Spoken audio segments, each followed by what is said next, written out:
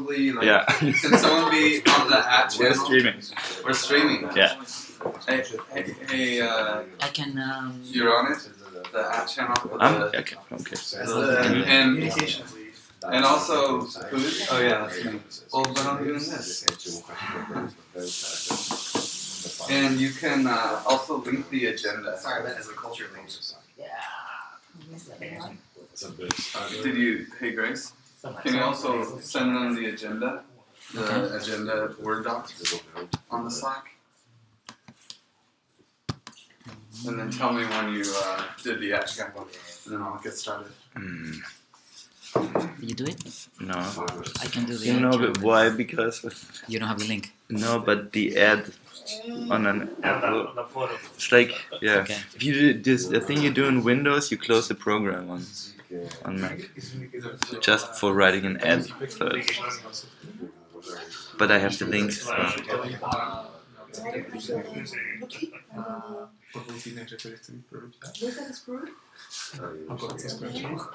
So you got it? I'm starting Slack. Okay. I wish my camera would stop. That'd be so much back down. A to bychom chcieli znát I'm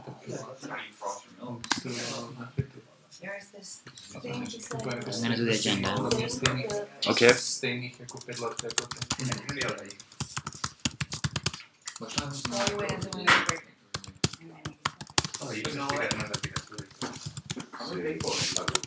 You had to like myself, but I asked you anyway. I know. Sweetheart. Oh my god, Sweetheart's mad at me. She hasn't finished her coffee yet. Yeah, it's true. Oh, okay. Do you smoke? No. Oh god, we're really fucked. Well, like coffee's much more important. Oh really? Yeah. And on the drug level, it's Oh, like yeah. coffee then 6. Coffee, tobacco. Or nicotine, I guess. Do I need to go get water? Yeah. Okay. I'll go do that. Unless you need the accountant's right in. Done. No, the accountant. No, get out of here. Are we good? In the agenda? Both. Awesome. Yes. Okay. So, first on the agenda, Chris is gonna get water. You guys need anything else? Do we need anything else? So much water. Some fruit, probably. Yes. Fruit? Yeah. And so we have lots of stuff to do today, but most of it is split. This is our big dev work day, right? So we're actually gonna work on stuff instead of just talking. So first I want to get through the reward DAO and talk about that because I don't think anyone really knows what's going on, or a lot of people don't. And then we'll talk about design considerations, mostly scope and audience, but we'll have a discussion over that and see if there's anything that we're leaving out. And then at 11, we're going to split into the dev team and the culture team. And then at 1-ish, or if everyone's starting to get hungry, maybe sooner, we'll run off to lunch. And after lunch, we'll talk about the roles. And so Wojtek, we're going to want that beautiful picture that you made with all the roles. That would be really cool. And just confirm that everyone knows what they're accountable for. And then we'll split again and work. But Z, you leave at 4, right? 3, I would say. 3? What times are you playing? 6. 6? Right after 3, I would say. What do you think? How long does it take to get to the airport at if you need to leave at 6? The airplane leave at 6, so he needs to be there. You have the boarding pass, so you need to be there at 5. At most, you need to leave from here at 4, 3:30 4 at maximum. Okay. 3:30 maybe better. Yeah. Okay. And then How are you going to there? Taxi? To the airport? Yeah. No, I think I'll go to the Bus and all that stuff. Catalonia Then you Square. then you better go at 3. If you take a taxi, it's I'll pay for your taxi if you'll stay. Sounds good to me. Sounds like it's a good buy. Like that's like a good value on the market. Either way, we'll split there. Cost you about 20. You're also leaving, right? 9. You leave at 9, so you'll probably need to bail. I'll Like, pay for your taxi. Could be 9:30. I mean, 9's the flight, okay? yeah, so 7-ish. Is anyone else leaving today? Okay, cool. So then let's just dive into the reward DAO. Unless there's something I'm missing, if anyone has something they really want, but for the most part, I don't think though. we can do most of the things in our separate teams. What's going on? Behind me? Are you looking I don't at know. me? Or through me? You just am I keep looking, invisible? so. Okay, guys. So we have this awesome thing called the what? Yeah. So we have this awesome thing called the reward DAO. How many people actually voted in the reward DAO? We got one. The current one? Yeah. Okay. Yeah, you mean this one, the third No, one? not or this, not this one. Okay. I didn't want anyone to vote on this one until we had this discussion. Okay, and now, how many people actually read the explainer tab? I don't know. Oh wow! Really? I didn't even vote, but I. Nice! I'm not sure. Yeah, okay. So a lot of people didn't read the explainer tab. So, oh, I don't have the projector already. But, so I'll just skip it. But, basically, the reward DAO has two pieces. It has the influence and the reward. Now, this was an experiment, and I would say we learned a lot. I don't think it works really as well as we wanted. Throw that in there, right? So the idea was that everyone gets to vote on how much influence everyone should get over how much, and also how much everyone should be rewarded. And if you voted on influence, if you got, and then we multiply how much influence everyone had the equal amount of votes to decide who had the influence, and then that would determine how much rewards you get. You guys know how it works for the most part. But there were some interesting things that probably were problems. First off, some people get a regular reward every week. That would be Satya, Jen, and I. Right? But yet, I don't feel like that was accurately accounted in this. And so, that's one thing, that's one issue I want to address. The other issue to address is adding people and subtracting people from the list. There was no real organization around that. Basically, I would just do it, right? And then I would say, hey, am I missing anybody? And so those are the two big issues. Were there any other issues that came up with this that you guys thought? Does anyone know how to do it? Well, Literally? Are there any successes that we can talk about too at some point, just to like?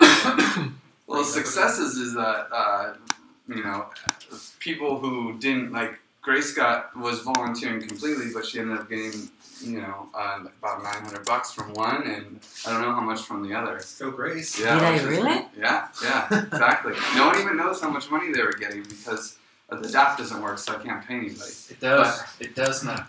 Yeah, okay. I'll believe that when I see it. I didn't even know that. Yeah, no, I don't know. Let's see, I can go through and we can see. I mean, for me personally, it was really hard to evaluate what others people were. This is why we have the... I could do KKX, I could do Rodney, because I see, but, like, I This don't is know why much the- about you. I know Yeah, that of you've course. communicated with me, but, like, There you are. apart from that, This is But why I- the progress channel is so important, because there you can really see what people do. And Yeah, one of the, I disagree a little bit with Okay, it. yeah. Because I don't think it represents well enough. Like, you Okay, post one thing, which is either short or long, Yeah. lists all the things, but Yeah. like, for me, I glance through them, maybe I read some of it, yeah. but like, it doesn't, one bullet point can be 5 minutes, the other one can be Yeah, that's true. 2 hours, In 2 days. or 2 days. Yeah, it's just like a You know what, summary of what you did. Yeah. I found useful was actually I reached out to many of the people just to find out how things Yeah. were and so on, and that also gave me a good idea of what the work was about. And so my question, if I did that, which is probably a much better approach, how much time does that consume on my part as well? That's true. Yeah. And now it's fine, it's 10 people, 12 people, but like, if it goes bigger, what do you do then? That's just one problem to address from my side, I think. Yeah, so that was actually one of the things this was supposed to incentivize, honestly, is that inter-team communication, right? Okay. So that everyone knows what they're doing, and everyone's kind of accountable to know what other people are doing, so we don't get too compartmentalized. And that was actually a goal of this. So to hear that it was exactly success, it all of a sudden became a problem that you didn't know what other people were doing. But you want everybody in the dev team to know what everybody in like the culture team's doing? Well, they don't have to know all the way, but yes. But if they're voting on the rewards, don't they have to know all the way? So with this was but you don't have to know. You just have to know a bit, or at least be able to ask somebody what's going on. And now, I'm honestly, by the end of the discussion, we might say, reward DAO sucks. Let's not do it anymore. Totally down with that, right? This was an experiment. And I think it's going to dramatically change, because soon we're going to have a lot of regular rewards. And dealing with regular rewards in the reward DAO seems not to work. So I'm going to say that we should exclude that regular reward people can vote, but not receive. Yeah. Because the reward DAO, to me, is more it's a solution for volunteers. It's a bounty. Yeah, it's a bounty. It's an incentivization. Please, contribute to our open source code and design. And what do you know? If you do, you actually be rewarded. Maybe. Congratulations. If you persuade others that you did something. If it's visible. If it's visible to people. You can also only persuade the people. Yeah. I mean, the other approach, approach is me as someone who wants to get money. I write to people who are evaluating me and say, hey, did you see how much I did? Yeah. Did you see that? Yeah. Oh, and maybe you've missed this one. That's a good Do you think thing. it's not a good idea in general because of that? Because that can be an issue? Because it can be gamed. I'm not saying it's a bad idea. I'm just saying it's something to be concerned about. Yeah. Mm-hmm. Yeah. But I'm not saying it's bad. Well, yeah, that might be the point. In general, I don't like it. So I like the idea. I think it's a cool thing to do it, to experiment and thing. But I think I don't like it because it can generate, depending on the kind of the people that's participating, it can generate conflicts and bad understands between people. And I think that has that happened? Yeah, it can happen. I think it can happen. How would it happen? No, because maybe imagine that. I can think.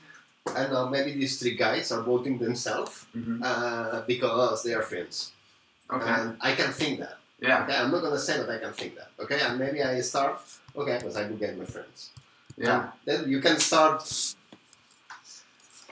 doing decisions not based on the real work or in what you really think, but in more strategies, let's say strategies. And so this kind of games have the risk that instead of getting a better just to join the team, it can split the teams and can generate conflicts between the persons. So what I would say to that, honestly, though, is that those conflicts would exist with or without this, and that this actually would be diagnosing those conflicts.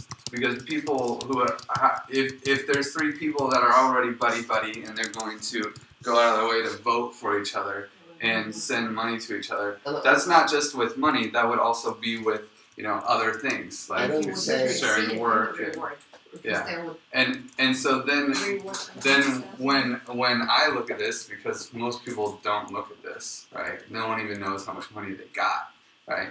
But when I look at this, I can be like, or if you see that issue and you're like, I think these guys are voting, you tell me or you tell somebody, and then we can actually address it and we can have a conflict resolution. No. So I don't. So I just in my side, I don't care at all. It's like for me, it's like I don't care. So it's like whatever. Proposal. How about we basically remove people who are receiving money don't have votes. People who are not receiving money can vote. Oh, okay. So open source contributors don't get a vote, but so the people who Why I don't get it? So you like, I think that's a good experiment. yeah. So, So- you dissect the. Oh, maybe I get more money if I get more money to this person. You don't have this dilemma anymore. Yeah. So So people, it's kind of like when you're in Congress, you can't make a law or vote for a law that gives you more money. It's just like people who vote, you get the reward, right? So somehow people, if they know what they do, know what belongs to you. So you can only reward from the DAO to yourself. Or you can't vote for yourself. Yeah, that makes sense. Yeah, no. No, Yeah. but not rewarded at all. You're perfectly, you can't reward your friend and yourself. And so who can I reward then? Only your friends, but you will not be rewarded. yeah. So as in, if you are a full-time member of the team, then you can vote for the people who are not getting regular rewards, right? So right now there's only 3 people getting regular rewards, but I think that'll change right after this meeting. But so like, cause right now it's Jen, me, and Satya. I wish I could say his name right. Oh well. Just say Jen, Satya. Satya. And Oz. Such a nice guy. Yeah, he's awesome. And Oz, basically. Yeah. Well, yeah. So, well, for this week, it's YA. Thank you. Spelling is so hard. And now we're going to move into Oz, Grace. I'm throwing Kai in the mix. Whoa. Yep. And Jordy. Jordy's not sure yet. He still has another job. So, Gotcha. yeah. And I'm working on V, but we'll see. For now, he doesn't have to do that. For now, he gets to be rewarded. This is why he wants this idea, so that way he can have all the rewards. so that I can have all the power. Can we get RJ to this? Kind of about RJ? Well, RJ I haven't had a conversation with, but Just add him to the list, just metaphorically, please. yeah, we'll Just see. see Just the like concepts. like B and Z, right? Like that would be the team, right? If everything worked out, and then they would reward Barry and Adria and all the random people that come out of nowhere, like KKX, right? And start contributing, and we would just have a fund that's like, hey, it's almost like a block reward. Every 2 weeks, proof of work. Like, proof of work is determined by proof of stake here. So, I think that'll be a good experiment. I think we'll do that for the next one. What do you guys think? I think so. The what I want to say is that the difference just between RJ, Wojtek, and Z is that RJ might be able to start this week, and Wojtek and Z, I think, if they do start, I think it's going to be more than a week or 2. Or a month or two. I think I'm out of the equation for now. yeah, Well, well, we're just leaving leaving them up metaphorically too. yeah, we're gonna let it sink in So- their head. Okay, yeah. Imagine your name here.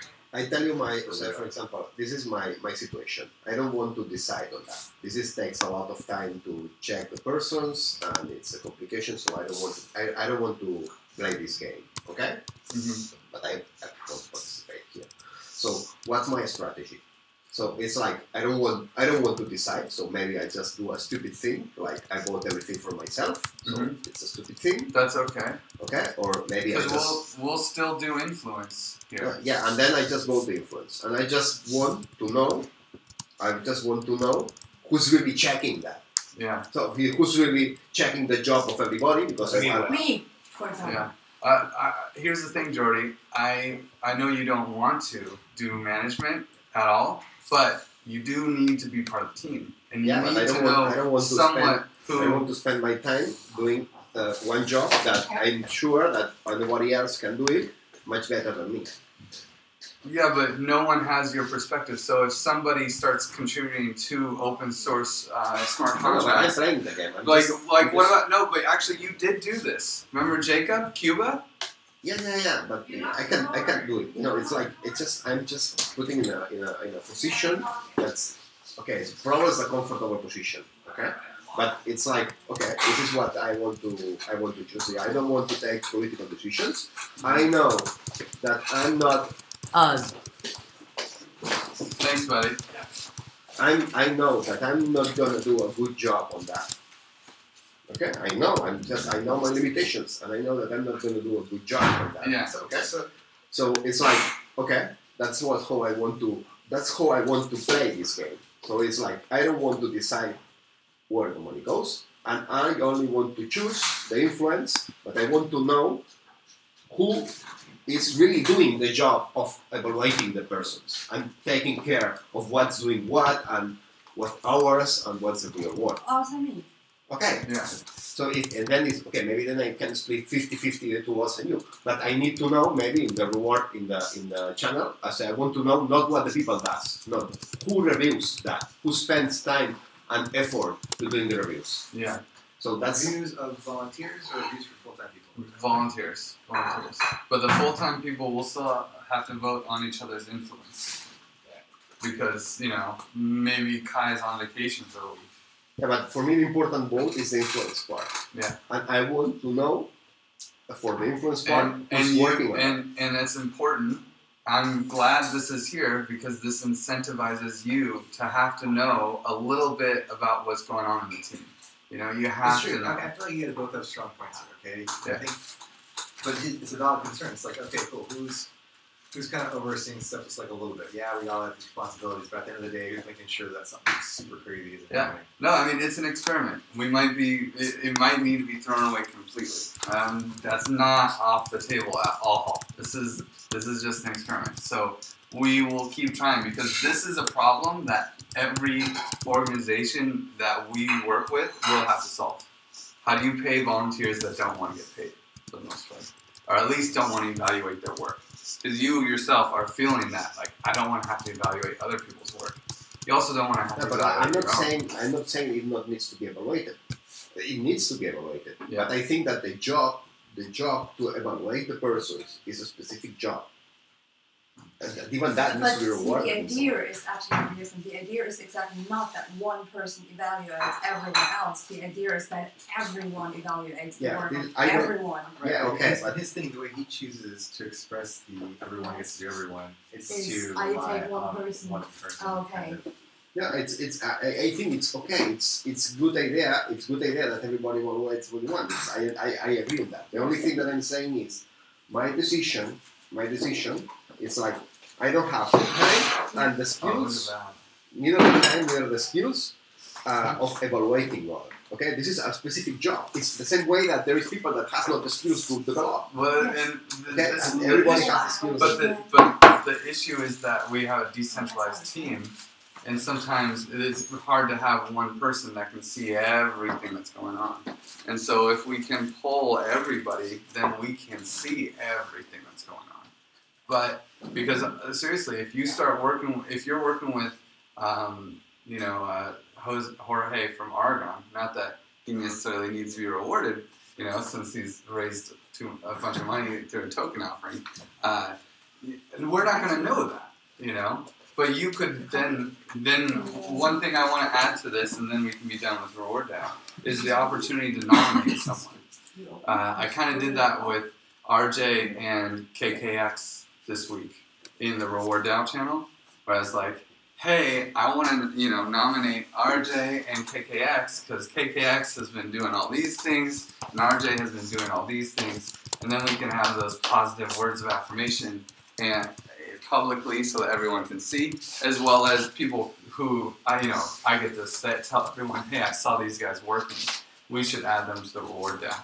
And so I was going to add that as a requirement as well, that anyone who receives money has to actually be nominated on the Slack. You have to say, this person did this and it's awesome, and express gratitude, and then they get added to the list. Interesting.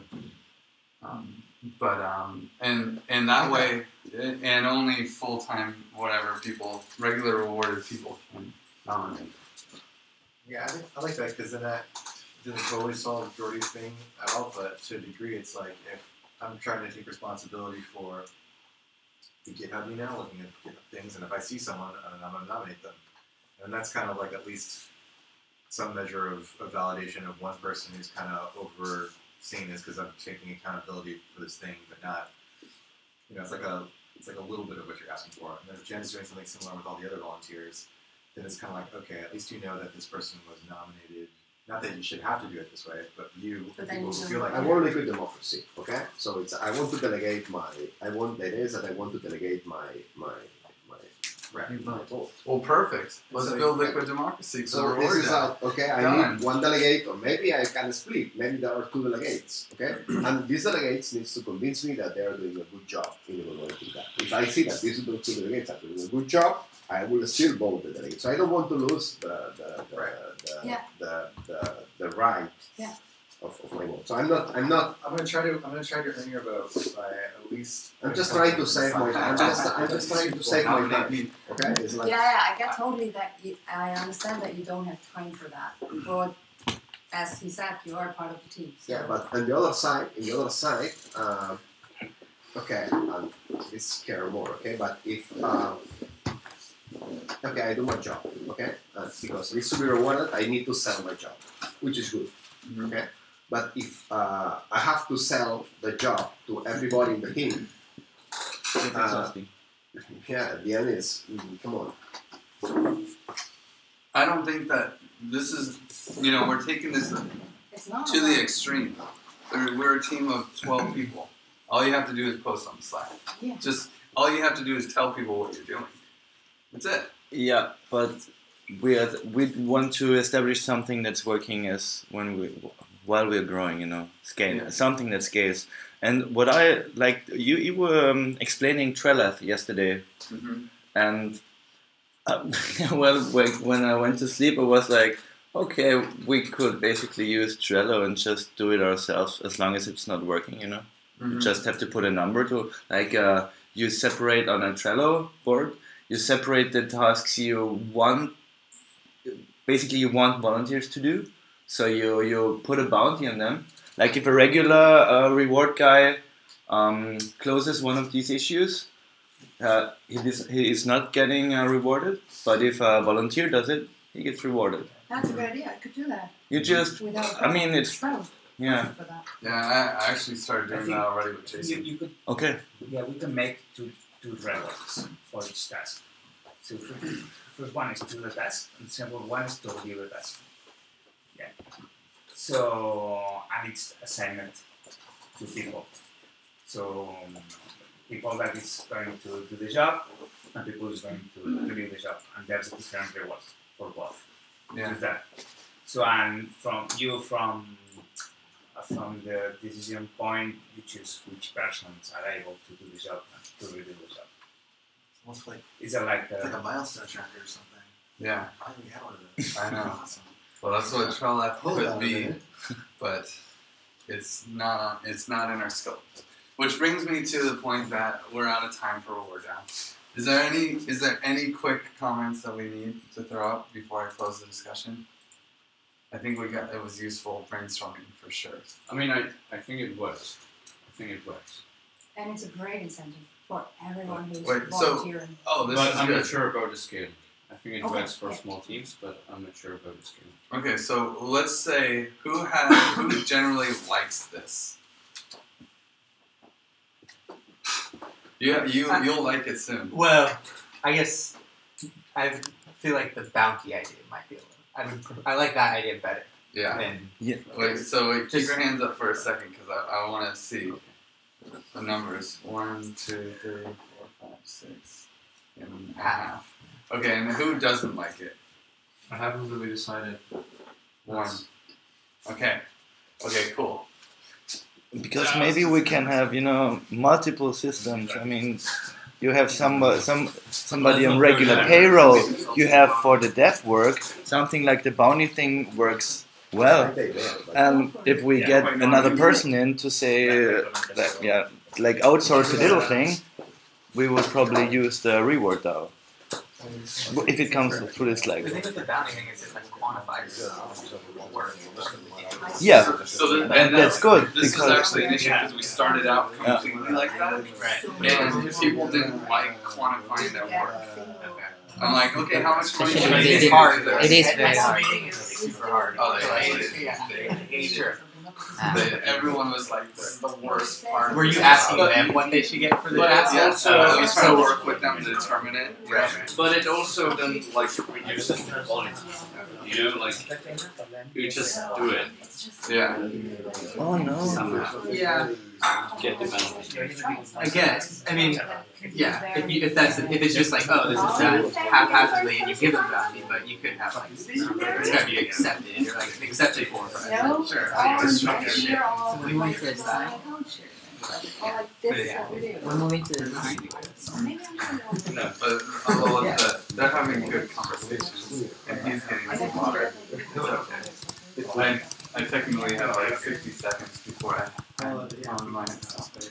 I'm ahead of schedule. Okay.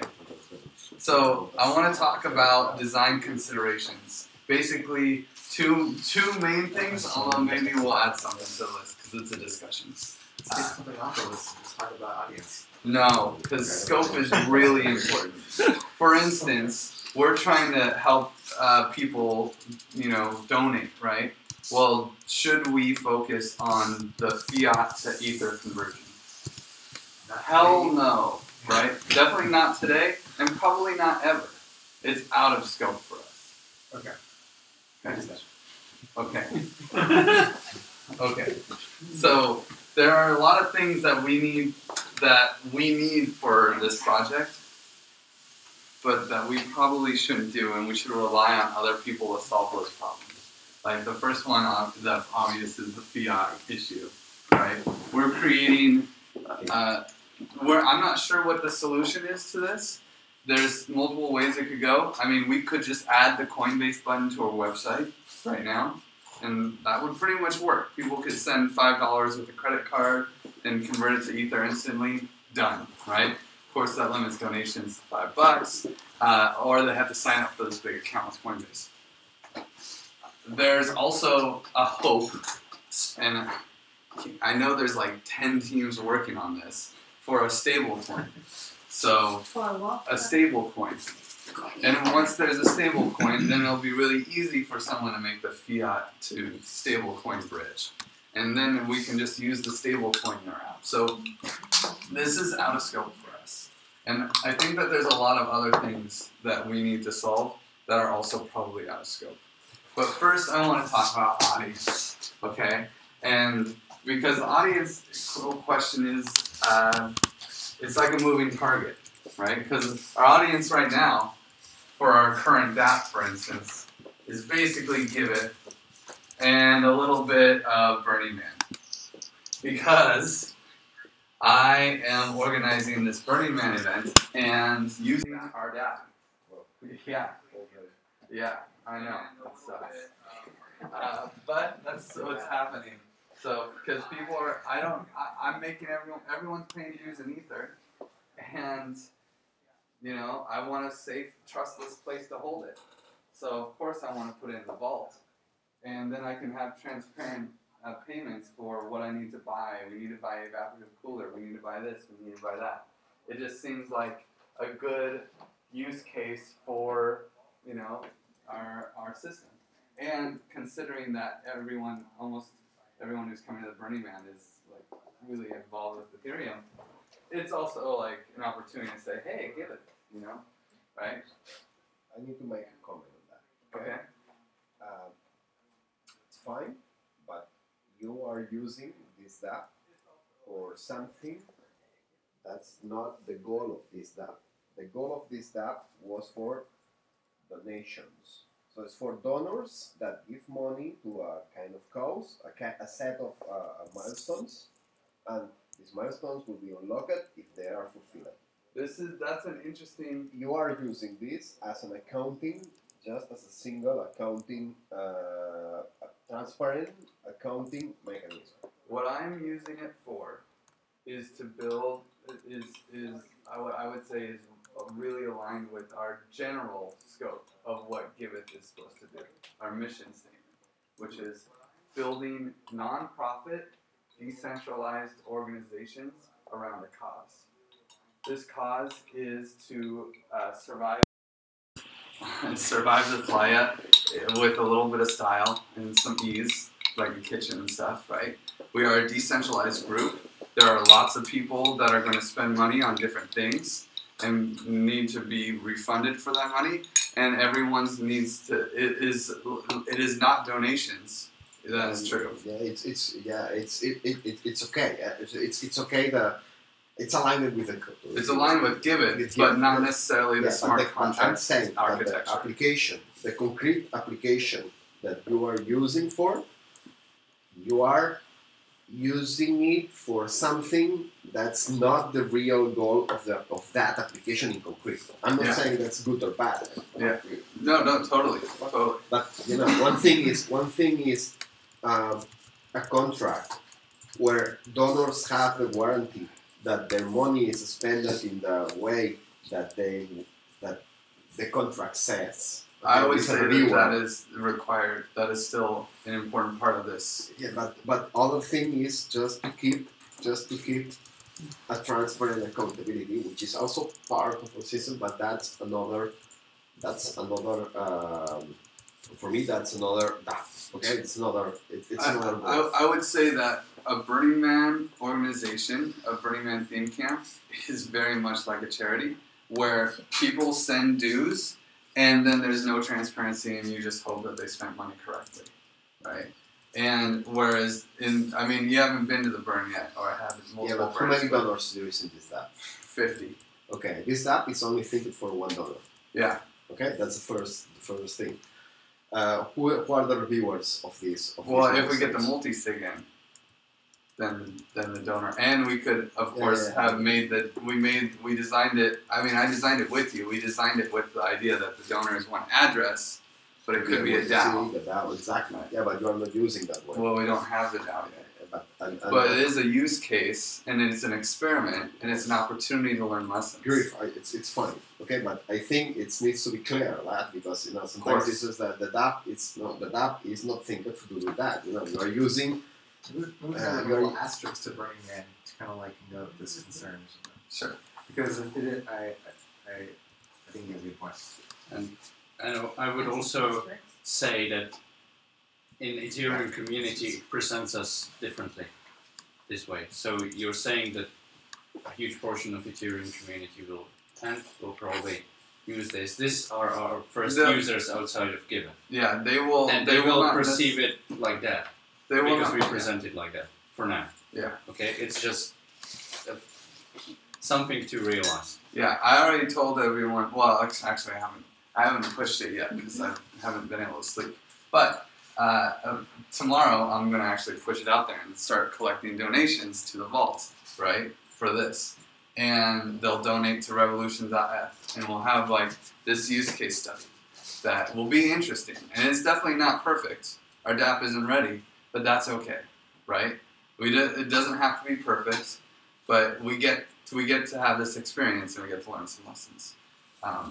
And anyway, I actually think that this is putting us in the right direction because honestly, I think for DevCon, which is the next like big audience that we have, it's kind of the same people, right? This is a smaller subset of DevCon, and these guys are all my friends. So they'll be way more forgiving than people that we don't know in DevCon 3, right? That we want to earn their respect. And then after that, then we can actually start going to the greater community, right? And I don't know exactly who the greater community is. I kind of want to stay in the crypto space until we solve that problem. Doesn't really make sense to me to start going to nonprofits or anything because UN just sent 1 million in Ether. UN bought 1 million in Ether? Yeah, and send it somewhere because they just saved a lot of fees. Yeah. I don't think that's an issue. I also think it's a perfect entry point for nonprofits because they generally deal with currency conversion issues, sending issues of money. So it could be for them. It's a great opportunity to learn and probably operate their operation. I wouldn't assume that since we don't have fiat, we can't, and no one else outside of Ether can use it. I wouldn't assume that. Yeah. Okay. Rather adopt these people, teach them. I think it would be probably easier to start with kind of charities, little NGOs that are very specific to a particular cause, and they are very flexible to take into Ether without having to worry about the fiat. Yeah. When we get, I have already a few in mind that I'm doing that. If I go to a local shelter and I tell them you can get money, but you have to do this, they'll do it. Yeah. That's actually one thing. Like, we're all living in different places, and if just most of us just go to one little thing and say, hey, would you be interested? You know, just I also added this to it. That'd be cool. Yeah, It's purely organic. Yeah, it was. Just tell. I added Like ambassadors. Yeah, I had it. Charity down there, but Say, as long as to it's the like a video. to the breakout. There's good content, then it's better. People can't do video. For what? When we're talking about community outreach, I'm just like, yeah, the people who take a video have such a much more powerful network effect than people that don't. It's kind of like. what if you take a video of the action? Or what do you mean? Yes. I mean, in the end, it only takes, even if we don't have this solved, it only takes one person to sign them up and convert the money. Right. Of course, you have to trust that person, but that's it. So I think there's still a huge potential to reach little NGOs, charities, and other organizations without having to worry about the fiat decision. I think for many people it might be just another donate button next to their original donate button, if we have that. Okay, well, that sounds good to me. I think that after DevCon 3, we start making this push and start pushing the NGOs, the people who are not in Ether. But I would say that if we stick with the Ether community, though, for the first, up until here, we have a limited audience that most of us know really well. That's really where my network is. And I think there's just a lot of rich people here that would love to donate to charity and would love to do it in a trustless way, that are very aligned with this scope and mission. That's where I disagree with you. Okay. And I think even before DevCon 3, we should try and push in someone outside of the Ethereum community. Just maybe even purely for the feedback. But we should try someone. What do you guys think? Totally agree. Can I ask you something? Was your idea just to involve the Ether space? What? Was your idea to just involve the Ether space in the first place? No, not in the grand scheme of things, but just to start till we get to DevCon 3 to have a limited scope. But that's of course fluid. This is why we're having But it is important to get NGOs in who are not in the Ether space now, right? No? Yes. People. Yes. The great idea would be to have them all in this space in a few months, years, whatever. So I guess to me, the reason I feel that it's really a discussion of, do we go after the donors first or do we go after the recipients first, right? And we could do both at the same time, but I see this opportunity I have orphans.eth, right? And if I say, hey, I want to do the DAO, but for orphans, right? Send a bunch of money to orphans and let the NGOs come to us, right? And so if we get and focus on this, hey guys, we want to build a decentralized crowdfunding platform that will allow anyone to donate to orphans. And we'll have these reviewers and we'll set these rules, then we can get $5 million in a vault that says, hey, this is for orphans. And NGOs, this will be an easy sell, okay? NGOs will be like, hey, yeah, let's do this. Okay, Griff, but this is not the design.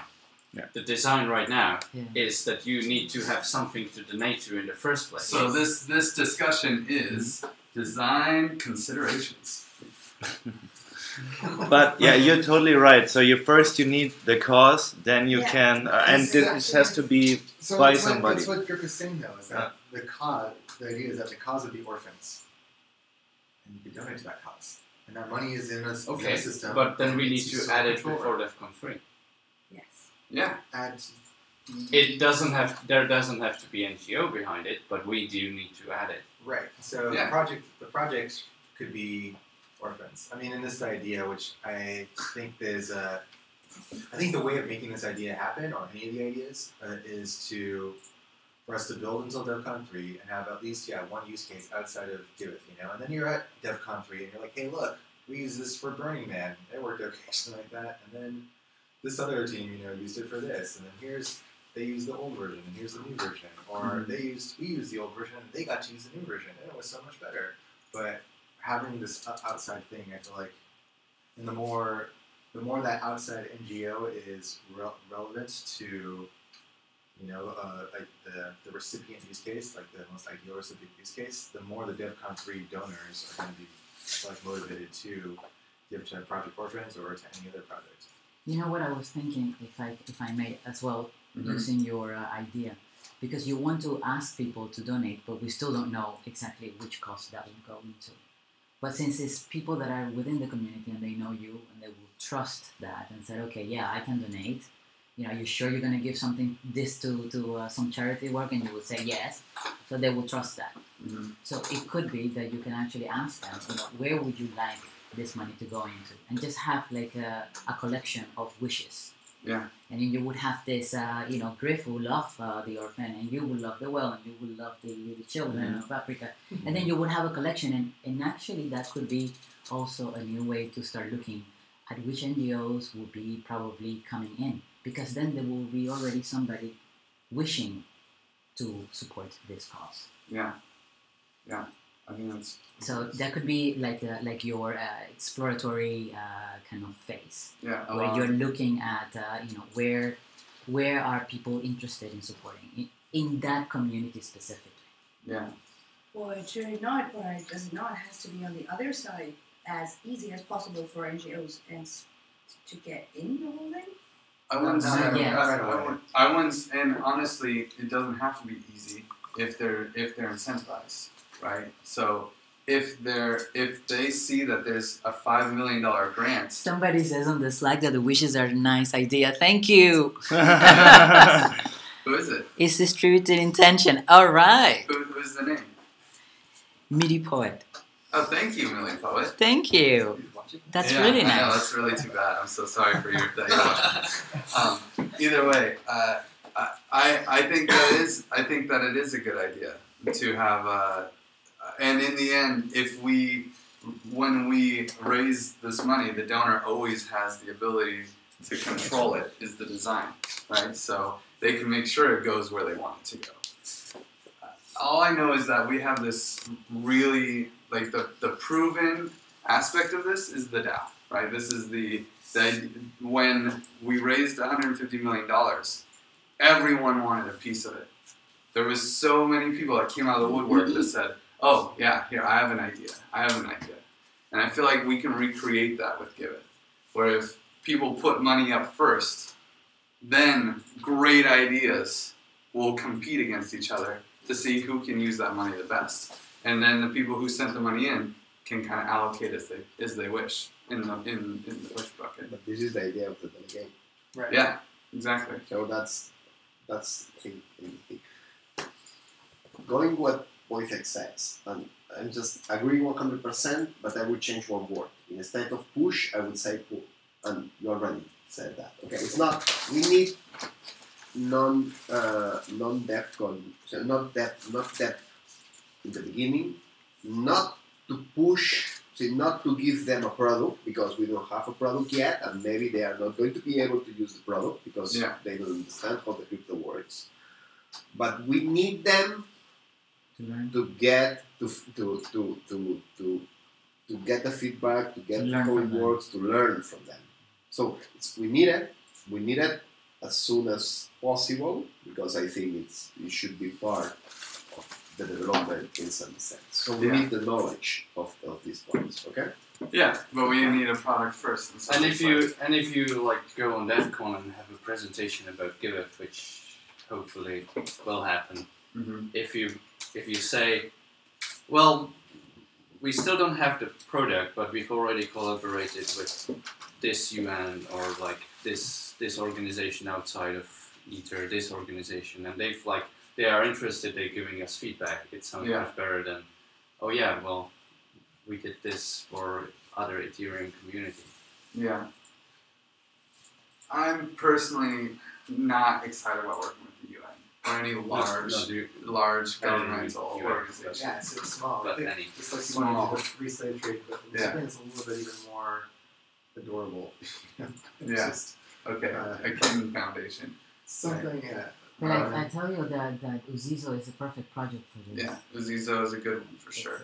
I'm not saying UN. I'm not saying UN. I'm not saying any specific. I'm not saying any specific. Maybe small and maybe more than small. I think I'm more than thinking in NGOs. I'm thinking more in persons, in concrete persons that know specific problems in the market. Not in names of NGOs. I'm thinking. I'm sure there is people that individuals are more individuals. I'm thinking more individuals that come from this world. Yeah. I agree. That's why I was trying really hard with Svetlana, this random girl. I really know somebody. She will be perfect. Okay. She's an architect. She does an amazing job at usually getting money, and does an amazing job at the whole material thing and the present. I will. Okay. Yeah.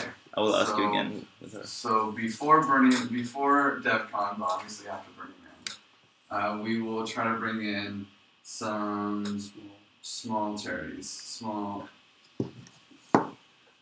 charity experience. We'll come to your dev side. We'll try to bring them on through the new DAO. If it doesn't work, we'll bring them through the old DAO.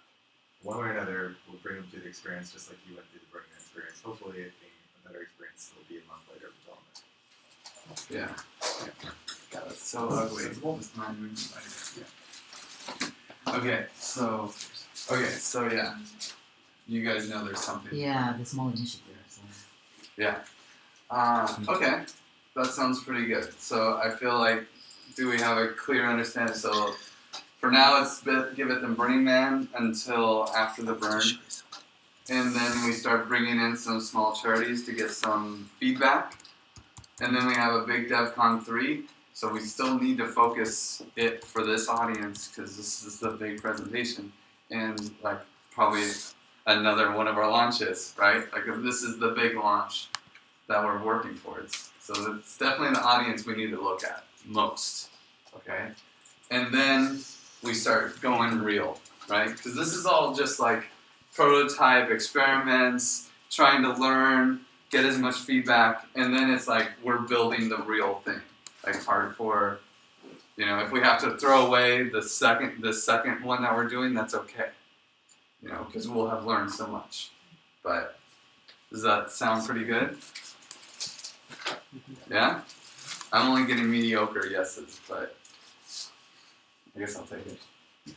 Okay, and then scope. Is there, we're going to run into a lot of problems. Maybe we can just determine scope as we go. Do you guys have any ideas other than like the fiat stuff?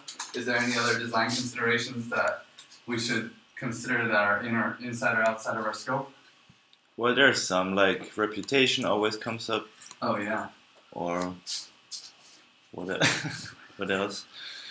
Absolutely. Yeah, reputation is definitely one big one.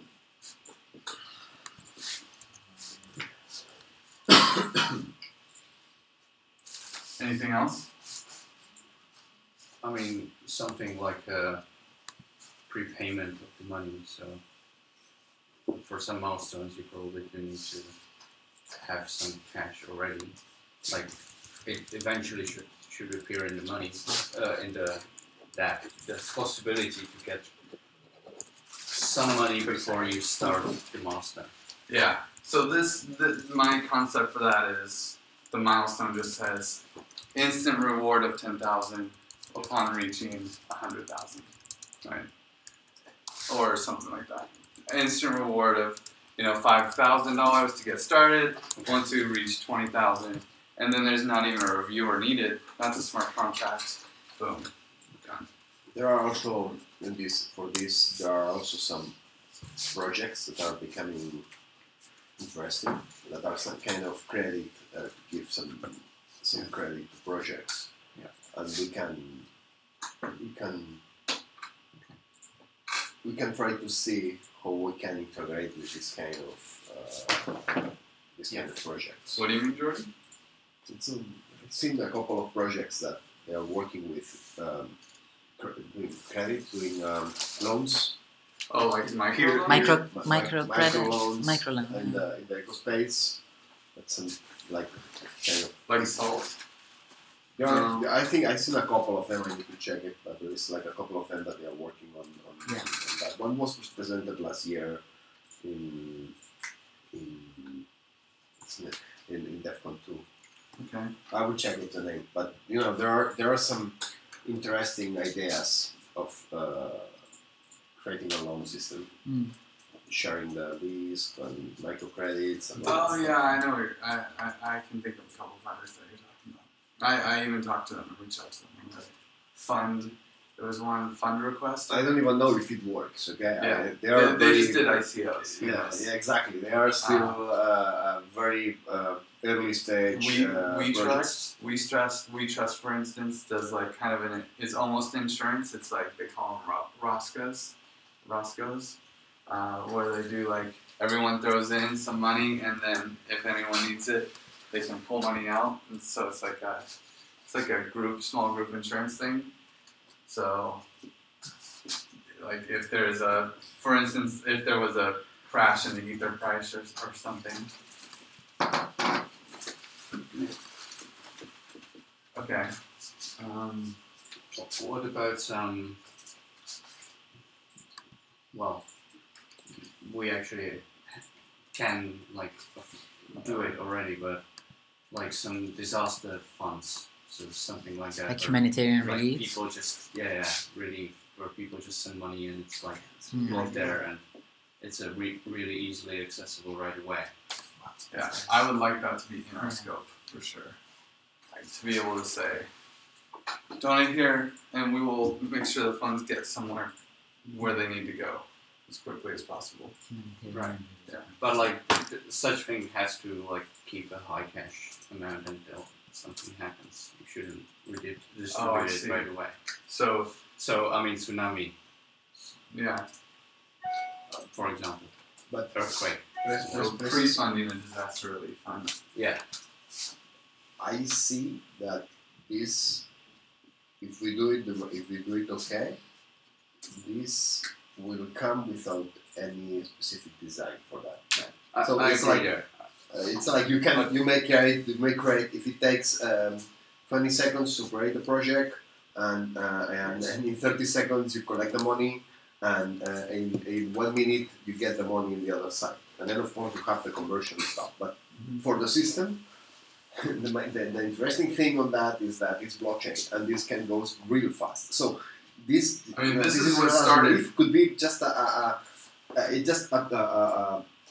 it can be like it is by default. It's well, it is, but it isn't, because there's all those timeouts. So we do need to think about like reducing the timeouts for withdrawal of the money and stuff like that. Well, some of those timeouts are okay. Like, okay, listen, you are secure that you have the money, so you can go spend the money and get reimbursed. But like sometimes having a 2 days between retrieving the money from the vault can make a lot of difference. Yeah, especially when it comes to like things like earthquakes and so on. I think that yeah, but there is I'm not sure if that's 100% true, because when you're buying this stuff, when you buy stuff, for example, for sending something, you are not paying at the moment. You are paying maybe at 30 days or at 60 days. So and if you have the warranty that you have the money there, it's more than enough just to get to make a buy.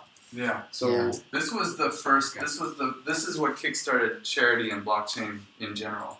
This was there was like an earthquake in the Philippines, and right around when Bitcoin was peaking, and so people sent away like so much money, and just people started saying, "Hey, donate to this, and we'll send it to the Red Cross." Done, right? And I think they raised it was millions of dollars. I don't know, and it was like that, right? So almost one of the first, probably the first ICO, really was for this Filipino earthquake. So it's pretty interesting. It should be definitely in our scope. Whereas this, no. This, no. This, eventually, right? Eventually? I don't know how you see it, but I think this is it's quite important for us. It is. No, I mean, and I think there's two things with reputation. There's like an actual, like almost like a Yelp system where people give reviews and blah blah blah, right? And then there's history. And I would say history, it's easy. I mean, it's done. So we don't have to do anything. We just have to like aggregate the data. Whereas this system, there's a lot of people doing that. We have Uport, and there's opportunities to integrate with other projects. Okay, so if this is to determine whether we have to do it ourselves or we have to integrate, then I'm missing the discussion. Because I think it should not be something that we develop ourselves, that we integrate to, but that reputation system is extremely important for our system. Yeah, I mean, so is fiat, right? But we just can't do it. And I agree, reputation is super important. And I think we can get really far with history. Right? Okay, then I also don't understand it, because I thought this is a scope of a project, like, that's where we want to get. Yeah, so this is scope, right, of the big project, and now we're going to pare it down based off our audience and what we can achieve by DevCon 3. Okay. And then I don't understand why the fiat is not there. Fiat, because we're going to say no. We're not going to integrate fiat by DevCon 3, right? Oh, this is only for DevCon 3? This is for DevCon 3, that wasn't clear. Okay, so this is scope of the entire project, yeah. And then as we go, it's like DevCon 3, yes or no. Okay. DevCon 3, yes or no. Okay. DevCon 3, yes or no. DevCon 3, yes or no. And to me, this is a yes, right? That one's yes. That one's a yes. Loan, no. Reputation, no. Yeah, this one's no. Reputation, history, yes. History. Reviews, no. Yeah. Right. Now we're in. For that but not for the project. Yeah, I mean, this is all of these have to be in the pipe. I mean, my God, we're not going to go anywhere if we don't get fiat in. Come on, unfortunately, unless there's a peaceful revolution and we all move to the blockchain world. But I don't think so. Can the blockchain support it? No, it cannot. I think I was listening to a podcast with Ryan X. Charles, like one of the few people that's tried to implement Lightning Network, and he said to open a payment channel for every person on the Bitcoin blockchain would take 30 years. 30 years just to open one channel for every human on the earth. That's not going to work out. Okay, but anyway, that's with Segway. That's with everything. Bitcoin forever. Yeah. Oh well. Okay, is there anything else that we should talk about on the scope? I have about 5 minutes. And then we break into teams. So when you said, just to recall, so in scope will be a few small charities or organizations for DevCon and what we had mentioned before. Yeah, well that's our audience, yeah. That's for the audience, but I mean, like, we will need to onboard them. That's part of the scope. Mm-hmm. So they will be able to be onboarded. I guess I'm thinking scope of our product. Okay. We'll onboard people, for sure. I'll put it out here. I mean, we probably would already have to integrate a few feedback from that. Yeah.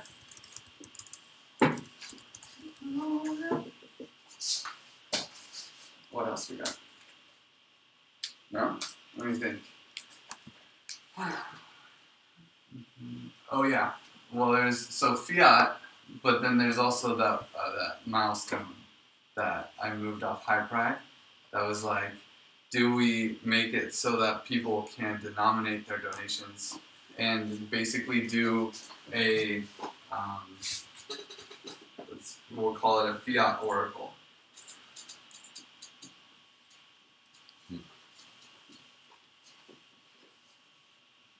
And I feel like that's something that we need, but probably we can let someone else do it. Is Prism doing fiat oracles? They Or is don't it have. just Well, if there's a stable coin, they could, but no. Prism just has a. But they talk about integrating like physical assets into it, right? I haven't heard that. But I mean, not right now. yeah, I'm on their beta. In fact, Giveth is #1. So if you go to the Prism, beta, the list we were #1. I haven't checked in a couple days, but free advertising.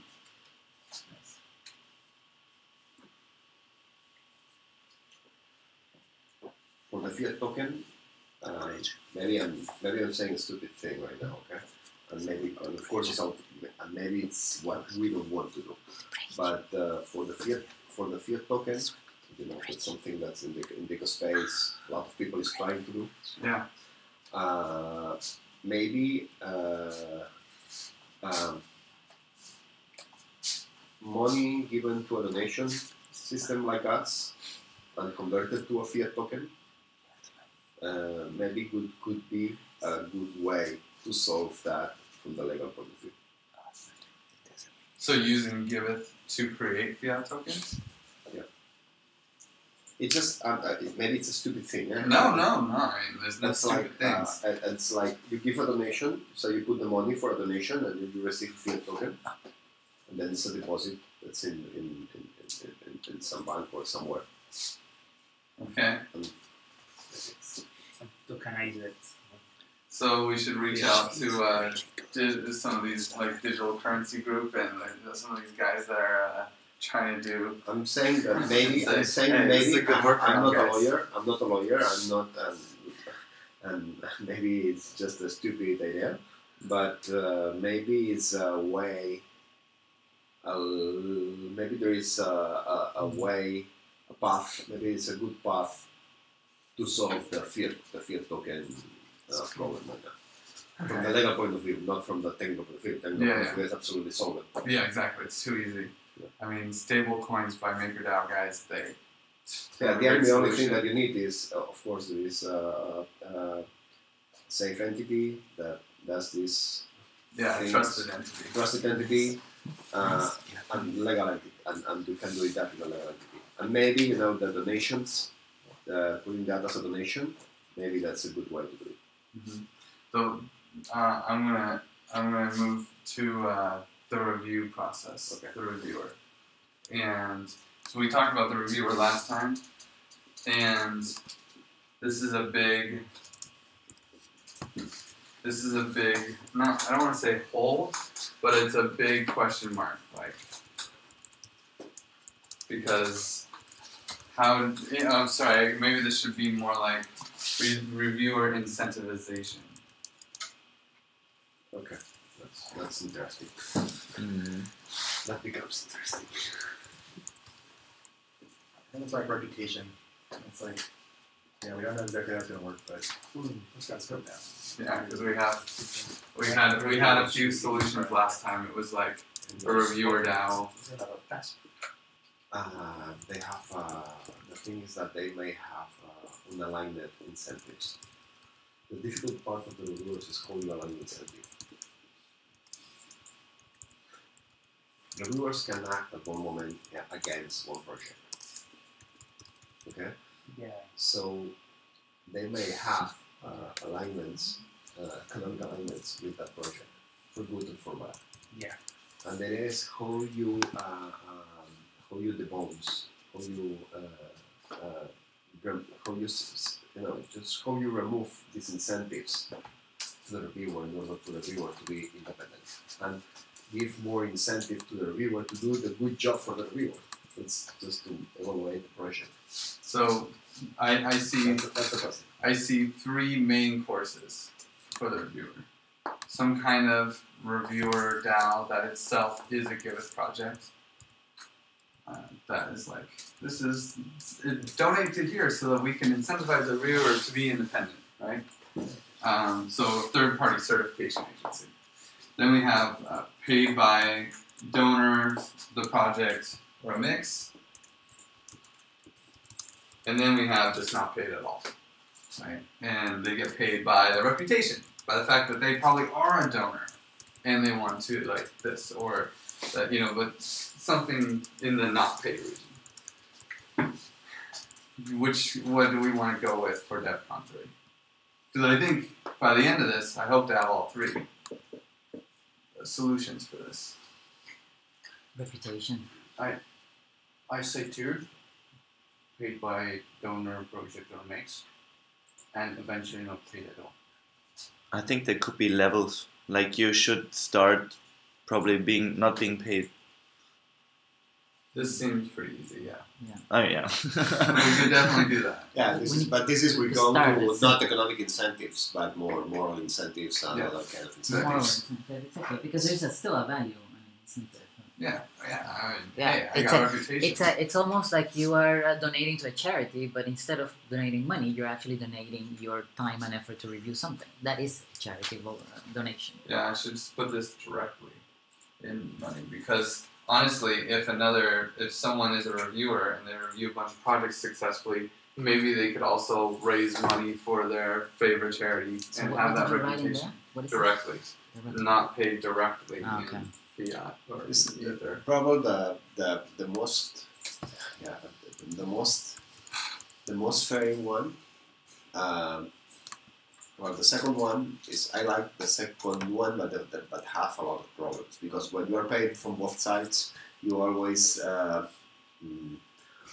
it's a very difficult equilibrium there, and it's a hard position in this one. Probably is the first one that you think on. Yeah, I mean, we're humans and we're built to game the system. I mean, if we see a system, our natural instinct is to game it. But I think people would avoid that naturally. Just like if I see somebody's wallet on the table, I'm like, oh, I'm not going to steal that wallet, you know. But it doesn't mean that you don't have that instinct. And so if you get paid by the donor, then you have this instinct to that I should reject it, you know, and then I should reject it so that and just take the money and then maybe I can get paid twice, right? You get paid by the project, well, they're paying you, so you should accept it, right? You get paid by a mix, you can kind of work it however you want. Can you not build something that it's impossible to be paid twice? Well, if someone puts out a milestone and you reject it and you still get paid, well then, what if this group has to put up a second milestone, right? So I would add a fourth one. That's interesting one. That would be a future market. Gnosis token for review. Something like that. So this could be a third-party cert. I'll add it to this. No. It's one thing is a reviewer DAO or an institution that just takes a decision. Yeah. Because the people vote or whatever. But the other is that the people. One thing is that the people vote. Other thing is that the people bet. I think it's a very different thing. I mean, it's still a DAO, right? No, it's not a DAO. It's decentralized too. It's a prediction market. Yeah. Has this job been done? Yeah. I think it's close enough. I see a problem here. So sometimes people that review things are very specialized, and you should check technical things that are not easy. For instance, it's just something engineering things that are done. You need to check that, and you need to hire someone who is specialized to that. Yeah. So you're expecting that this guy are not earning money from that. So what's that? So sometimes we need professionals to review things. So sometimes not only it's the reputation. Okay, nice. Yeah. Well, we'll need all of these, and we'll try to do all of these. I don't know about these two. This will be that will be long on the list. But for DevCon, I think the main decision is: do we want to have a system for paying the reviewer by DevCon? Yeah, you got one. Yeah. Anyone else think that we should? What? Paying the reviewer? Yeah, paying the reviewer by DevCon 3. No. I think it will be in the end. I really think, like, realistically, this will be something like that somebody else does. I think, like, a district community, or it should be a little bit separate from us. The easiest for the first version of this is the third one. Yeah. It's a reviewer, and it's a trusted reviewer, and even you can use that reviewer to sell the project. Yeah. I mean, while I think that it would be important for some projects to pay, if we have some project that feels like they need to pay, then we'll do it. But we can start with at the end of the reviewer, it's going to be a transaction. It's going to be a transaction from a transaction from an account. From if this account is a single account, is a paid account, or is a DAO or whatever. We'll decide. So in the first, for DevCon, I would say, okay, this is maybe it's just a token, and you tokenize the kind of value that do you want to offer. So it can be Ethers or another money or token or something. That's an interesting idea, like tokenizing reviewing. But I mean, but is every milestone the same? Does every milestone hold the same value? No, maybe not. Maybe you can attach a token that it's paid with. Yeah, that could be a because otherwise it would just make people mix a lot of small milestones. Yeah, maybe. There's also so half person in reputation and half of the person in money or something. You can split things. It also depends on what there is to review. Like, there can be expenses. It can take a lot of time to review. It can take like 1 minute. It can take a few days. To move on. Comment on this. Okay. No, just to move on very quickly. But I always envisioned also Giveth having like this bucket that people donate to pay for everything that we need to. And that would be the gas, or the fuel for this thing, the gas and the reviewer if we decide to go in that direction. Yeah, but that it would never be an expense that will be assumed by either the donor nor the recipient. So I think there is a potential to do that, because people, if they believe in this platform and the great things that this platform can enable, then there will be money for that. Yeah. That's one. The second thing is that you could even argue that when you go into the platform, you say, okay, would you like to donate ethers, or would you like to donate as a reviewer time to review this project? Yeah. And it could be the same level of value, because if I want to give something to somebody or to a cause, I could give it as a reviewer, and I am donating, and there's a value to that. You can even tokenize it. Yeah. And I have been, giving that value to that particular milestone in that way as well. Yeah. See what I mean? So it can be viewed from two perspectives, like the money that you can put in, but also the time and effort that you will take as a reviewer to ensure that these milestones are complete. How different is a reviewer role from a normal volunteer role? Can we just add them to the reward graph for now? I mean, I think that having, like, for instance, as far as I'm concerned, one of us is going to be the reviewer every time, like, until DevCon. Like until DevCon, basically, I'm the reviewer so far, although we're all going to start practicing now. But so far, Grace has been a reviewer for mine, and then I've been a reviewer for everybody else. Right? So we'll just, I think we're going to start switching that up, where we all start reviewing each other, doing that kind of buddy system on, what our jobs are for the week. But I think that's a fair idea. Like, add reviewers to the reward DAO. We actually can do a reviewer DAO if we just keep our little Excel spreadsheet. Right? Yeah. So I think that's a really good idea. if we throw them in, or if somebody comes to us, we can solve it. But I think I want to end the reviewer discussion and just stick with this one unless something better comes along. Yeah. So a couple things Grace was saying threw me into another world on other thoughts, like a gas contract once we have Metropolis. I hope we don't have to do that before DevCon. But it would be cool eventually to have gas be free for anyone that participates. Have that be a Giveth campaign. Pay the gas. And then something like status, a communication platform. Right now we're directing everyone on Slack. But eventually, on our scope, it's not on our scope now, but eventually we'll have some kind of singular platform that's not Slack, where everyone gets spammed and hackers try to steal everyone's money. Should that be displayed in the campaigns as well? Like the discussions? Should it be included in our DAO? Should the discussion or forum or ability to comment be in the DAO? Yes, maybe not some way the first immediate version, but it should be. It's part of the. It's part Feedback, when we say create communities in the main statement of the Giveth. The communication part, it's a key.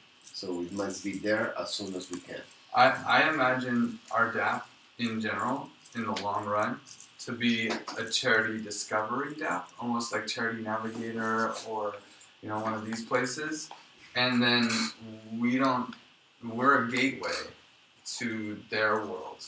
And that's kind of always how I imagine it. I imagine us not having to do a full DApp and have to solve everyone's problems and build a platform.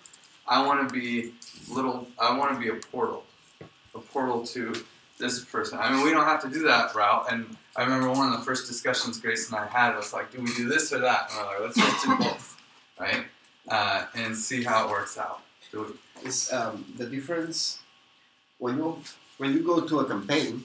Imagine the difference that you get when you get to a web page, or if you want a static info of that campaign, and when you go to a community.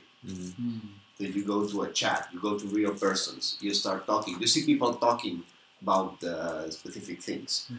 The difference, I think this is what makes the big difference between us and other charity platforms and so on.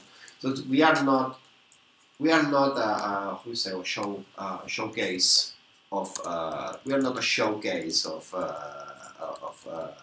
charities of community. Like a Kickstarter. We are not Kickstarter that we see. Kickstarter, you can chat with them, but this part is the one that we have to empower very much. Is the creation community. So yes, this interaction is what gives lives to our communities. It's really the community. Of course you need the presentation of what's the community. Of course you need a picture. Of course you need something static. But I would say that the important part is the chat, the community, the people, the interaction on that. And there is when status comes as technology comes over, because we can create easily these community spaces. And we can implement a lot of cool features, like the chatbot that Danny was working on, Danny and Ricardo, was you could just you hang out in their community and you just hit /donate 3F, boom, 3F goes from your account to them, and you get all that positive, oh look, everyone just saw that I donated, right? Which those kinds of things are important, but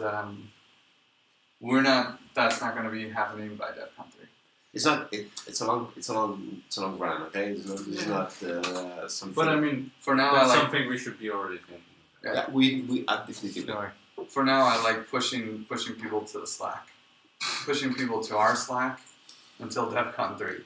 Yeah, we don't have anything else. And we don't have anything channel. better. We can create a channel for any specific thing, and it'd be really cool if the chat button on our DApp added people to that channel when they clicked it. I don't know that that's possible, but it would be cool.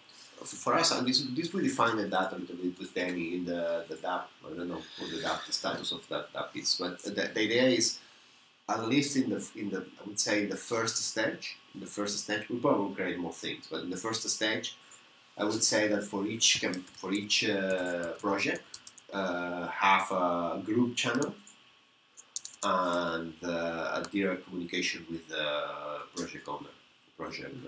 I think this is like the minimum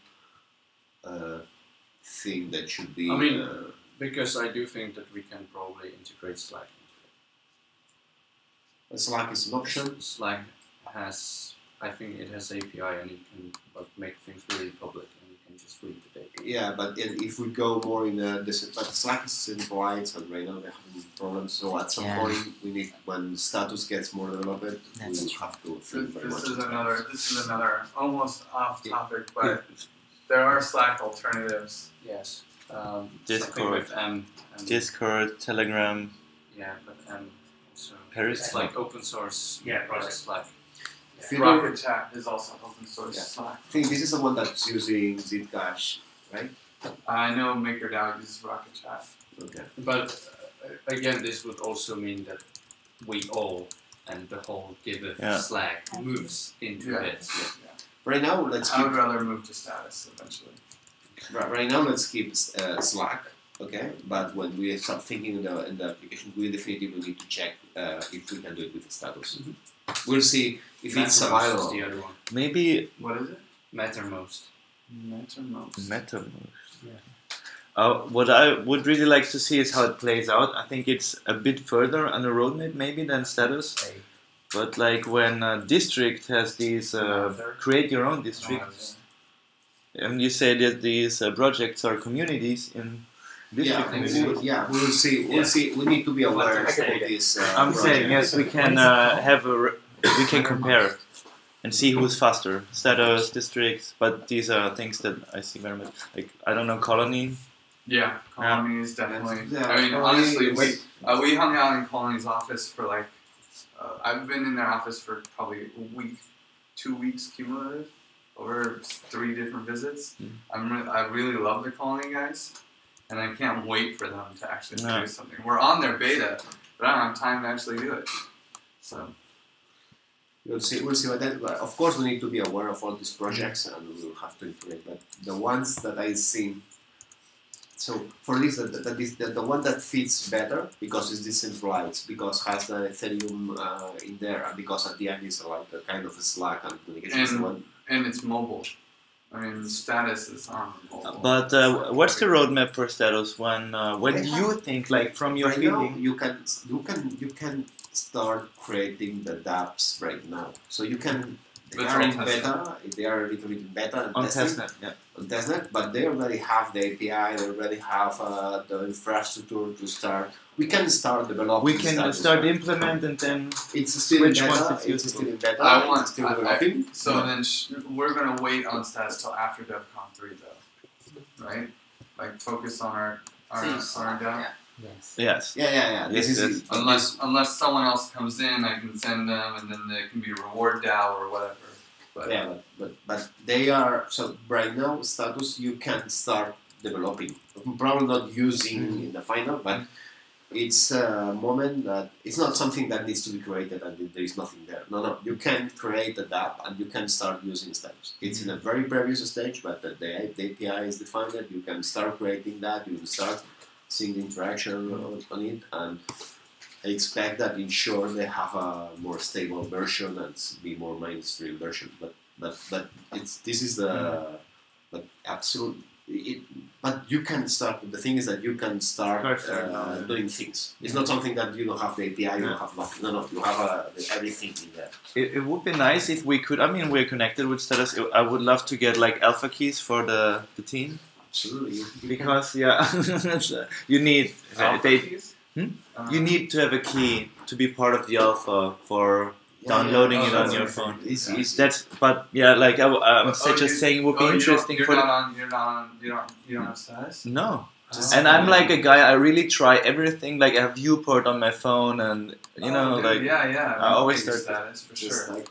I'm just saying it out loud because I think might not be the only one that wants to see a system we probably want to integrate. We have 2 guys that they already make a Giveth application. I don't know what's the status because they did it's great, but what's the status on status? I just need not good.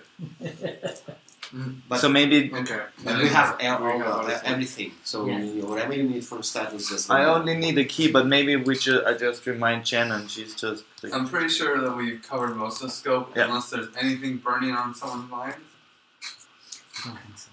then we can split to teams and actual work. You want a picture of this?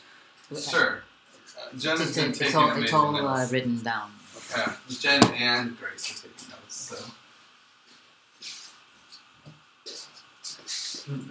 So yeah. So now we're gonna split into teams, and when there seems to be hunger, there's two options. There's a bunch of meat and other things, snackable things in the fridge, or we can just leave early.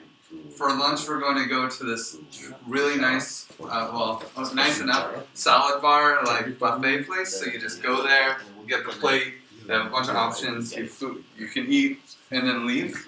You know, we don't have to order, we don't have to sit around and waste time. And then, and it's right across from Sagrada Familia. So I was thinking about 1 o'clock, but I'm okay if there's like a push and the meat in the fridge doesn't look appealing. I checked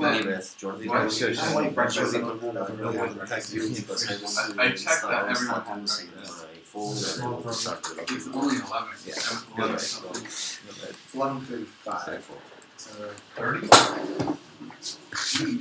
You were always so alone in the world. Nobody joined my Aragon test company. I was even posting on Reddit.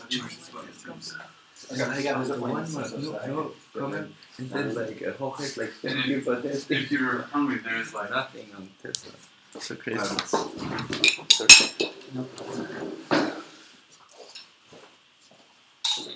Little break. Little break. The dinner.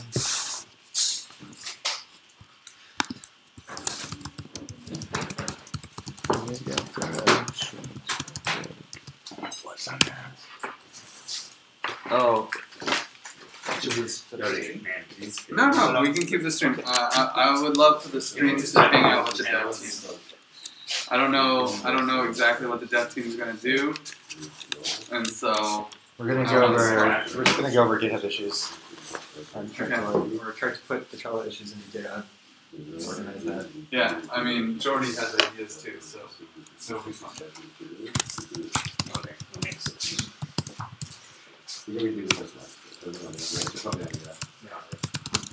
I think that's my So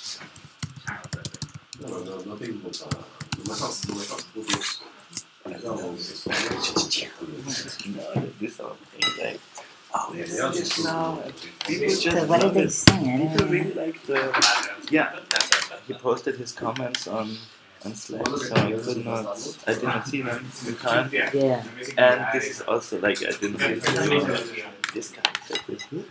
It's not, I don't understand what you mean. Yeah, this really didn't understand. Oh, you need more? No, it's just right. Oh, that's okay. See, there's still 20 centimeters left.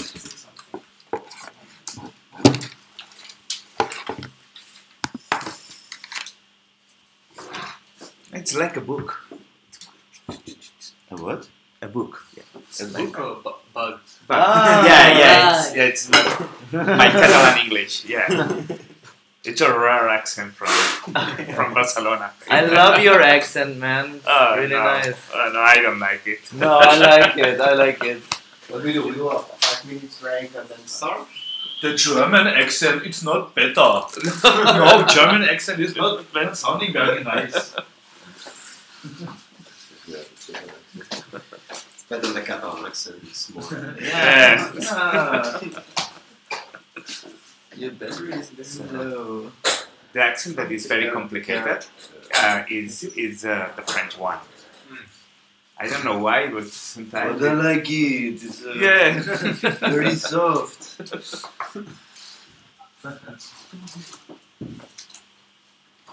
And I would like, it's calm. Can we wake up calm? We need first thing to be here in this meeting. I'm not waking them up. Huh? I'm not waking them up. I don't want to get I don't mind going up there and saying hey, but No. oh no. But you can do it.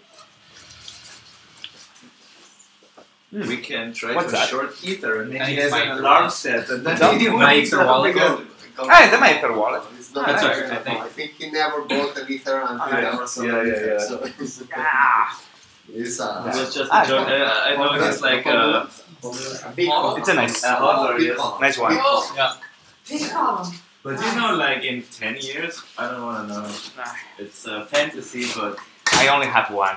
It's from the Golang buffer.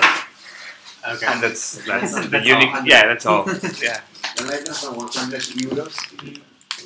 Okay. When? A long time ago. Yeah, that's the question is when. Jam. So it's a very good combination that is jam and watermelon. Yes. Jam and watermelon? Yeah, it's an excellent combination. That sounds very sweet. So it's a typical like here also. Okay. In some restaurant.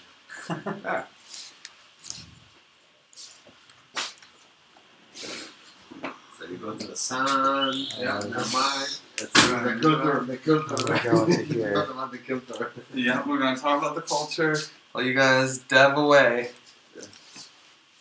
I guess I'll put it in. I hope that you'll keep the live stream going. Yeah, it's okay. I would like to be for Tom to be here. I think. Okay. Did somebody wake him up? I did. I just told Colin. You did? I did. Okay, but his name is Barry. I just told Barry. Not Barry. Yeah. Okay. His name is Barry. I thought it was Sophie.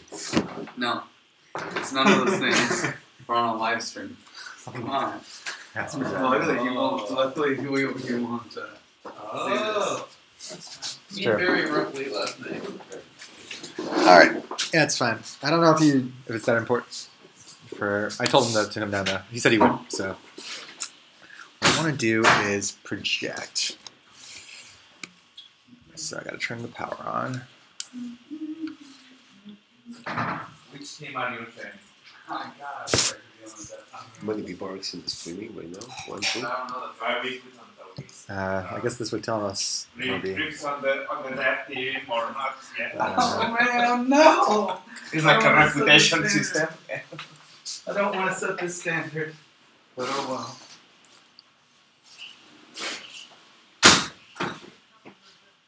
I don't know what's happening here. Let me get.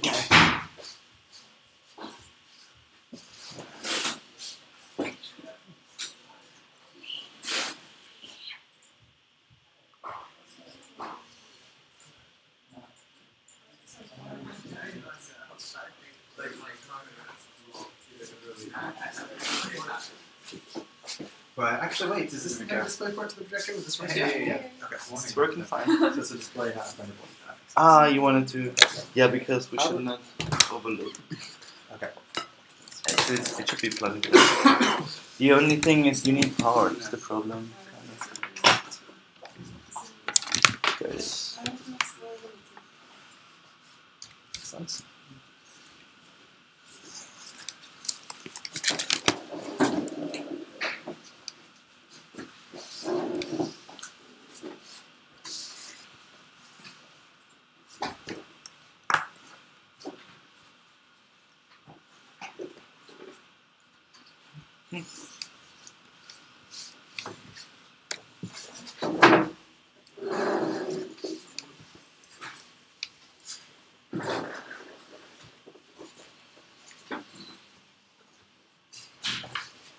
Okay, so maybe the first thing to get out of the way is some concept of the sprint schedule.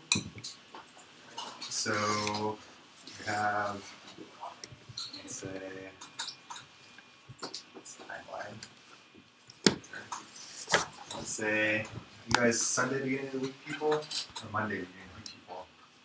Monday. Monday? Gotta go fails, but so this is Monday. So then this is. Did you get everything done Sunday night? Yeah. Friday. Of course. This is the weekend here. So then this is Monday again. This is Friday. This is the weekend. Okay.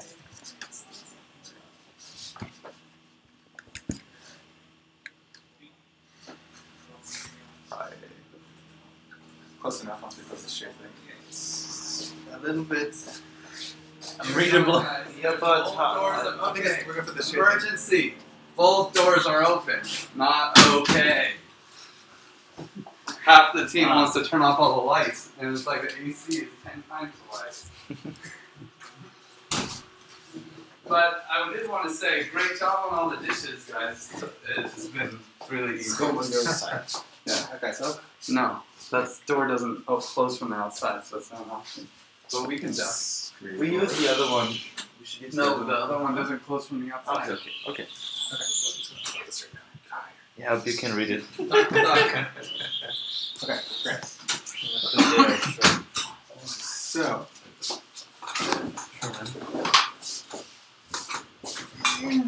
Good morning, Barry. Good morning.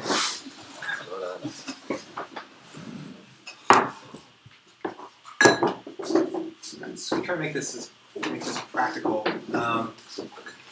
The idea is that everyone will present like once a week how their stuff is going. So we just gotta pick like a day and a time. Maybe we don't have to pick the time exactly right now, but the day I guess would be good. So let's say next week you guys are gonna present something that you guys stuff. What day would work next week?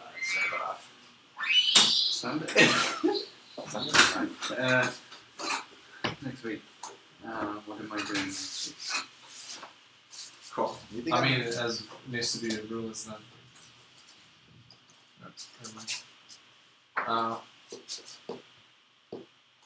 How about you? Thursdays don't really work for me.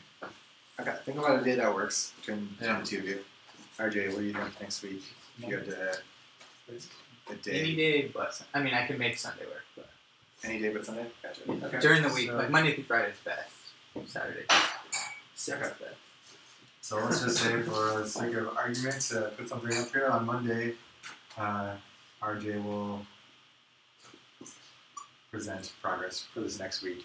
Possibly it could be every Monday, but if this next one will be this one, we'll pick the time later. And then I guess sure, myself up here, and I'll take Tuesday. Unless you guys want it. But what do you want to do? One day, each person one day presents? Or does it work? So every week, everyone's going to present what they kind of did that last week. It'll be basically kind of like the demo / code review / hey, what's going on in your world thing. And they present to the rest of the team? Yeah, to the rest of the devs, if you're interested. Definitely to me. But yeah, it'd be nice to be all the devs. So we have a schedule of presentations of everybody's work or something like that. Yeah, so everyone's kind of basically weekly expected to like kind of host an appearance, host a thing where they're saying like, hey, this is what happened. That way we can ask them questions and whatnot. Okay. So let's just say Tuesday, and then I'll speak for Wojtek, or not Wojtek, but Satya. I'll say Satya decided to do Wednesday. Maybe before that, I was a little bit surprised by who's full time. So just to understand, Satya's full time from now on? Satya's been full time for a couple weeks. Okay. And he will continue to be a full time? Yeah, full time, 3 days a week. 3 days a week full time. Okay. RJ, we're also talking to be full time? I'm trying to convince RJ to be full time as well. Okay. We haven't told them how much we would pay him to do so. Okay, but that would be, if that would happen hypothetically, that would be a whole week, or that would be... I have up to 30 hours. Up to 30 hours. Possibly 40 some weeks, but okay. It just, Okay, well, 30 always turns into 80, so... Right. Okay. And basically that's it. And then, yeah, and me. So and you, of course. Satya, and RJ, and then full-time people. Okay. As in this second. Okay. Cool. And so, let's say we have like this weekly schedule, and every dev is essentially you guys are having more too.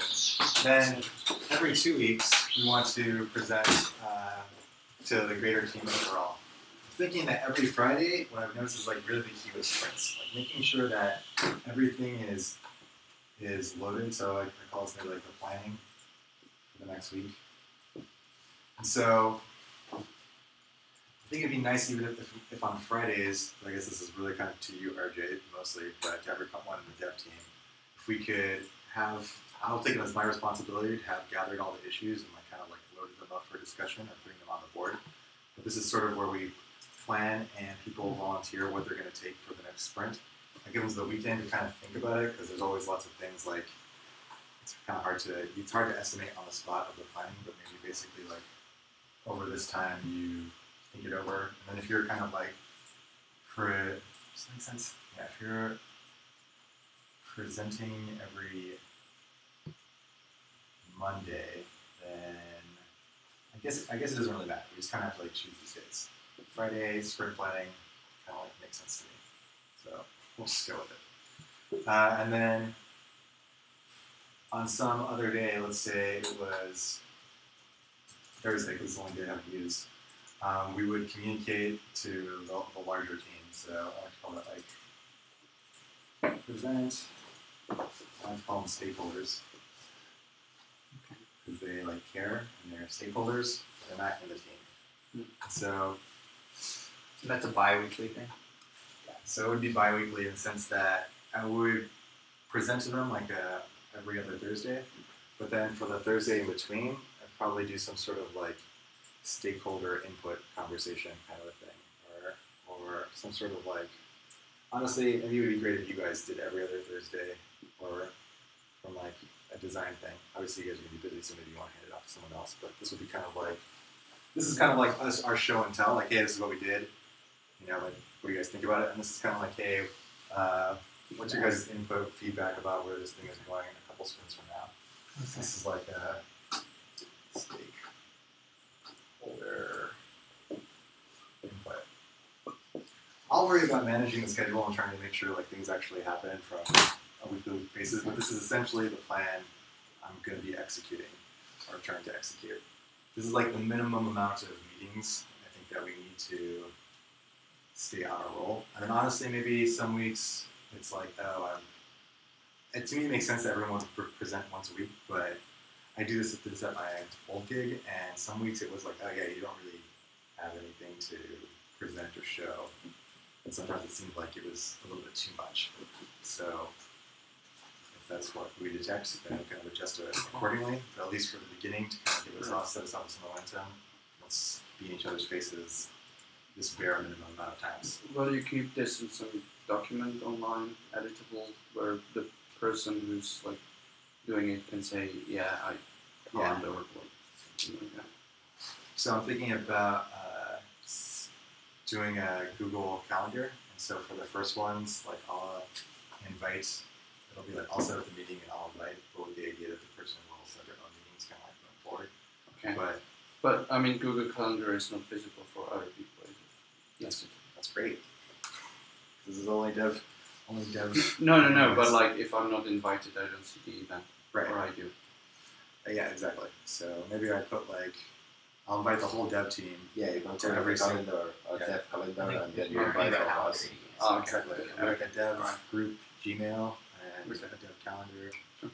And in general, I would like that the schedule for the time to be more or less at the same time. I'm sure it's going to be, because if you are in the West Coast, there are not many hours. So that's an interesting point. Yeah. Right. Now it'd be kind of nice if it was like these core European hours or something. We'll figure it should be 7, 8, 9 CAT. Yeah, it'll be a fun thing to learn. It's going to be 1 hour. Then we can do that. So it's not the right time. It's going to be that maybe. It's, for example, okay for you at 8 o'clock or 9 o'clock in the afternoon. Sure. I mean, 7 is 10 for you. 7 p.m. here is 10 a.m. for you. So right, yeah. It's very comfortable for 7 p.m. I think it's a good hour. Really? Okay. So possibly all these things at 7 p.m. CET. Oh, what? CT? CET. Central European Time. CET? Yeah. Alright, seems like a good suggested time. So let's try. Well, here is CET, in Geneva CET, in Amsterdam is CET. I think it's the most. So except you, all of the rest of the team is in CET. Sometimes there's also CEST, and yeah, it's confusing. Yeah. Cool. And if you want, it's 5 UTM. If you want to work in UTM, I think it's a good time to use if we are international team. Okay. All right. So then next Monday at I guess it'll be 7 p.m. because we'll still be here, right? And then you're flying back on Tuesday, or next Tuesday, or Yeah, Tuesday. Okay. Then yeah, that makes perfect sense. And then on Tuesday, I'll present whatever I got at by 10 a.m. Cool. That's nice to get that out of the way. What I want to do now is go over the actual kind of load of the sprint. So wait, so for the design review, how would that work? Is that bi-weekly? Is that weekly? Did we just not decide on the day, or am I missing something? Yeah, we didn't really get too concrete about this, but I guess there should be a... Yeah, it was like, if I'm doing something bi-weekly, it's like, that's kind of, I feel like the most the dev circle can do to keep like people, I feel like that's the bare minimum we can do to keep people informed on the outside of our circle. Mm-hmm. Which kind of opens up this opportunity to have design discussions with them on the off week, and I think that would be nice. But I'm not going to schedule it. It's like, I have my hands full just trying to schedule this, present to the stakeholders, what we actually did thing. And so that's kind of like a suggested thing for you guys. Okay. But I'll try to like... So it'd be bi-weekly, Thursday. Or it doesn't have to be the Thursday per se, but... But say Thursday. I mean, I would ideally, once we already have something, then it could be weekly, but like, for now, I would say we need 2 weeks. Exactly, yeah, for sure.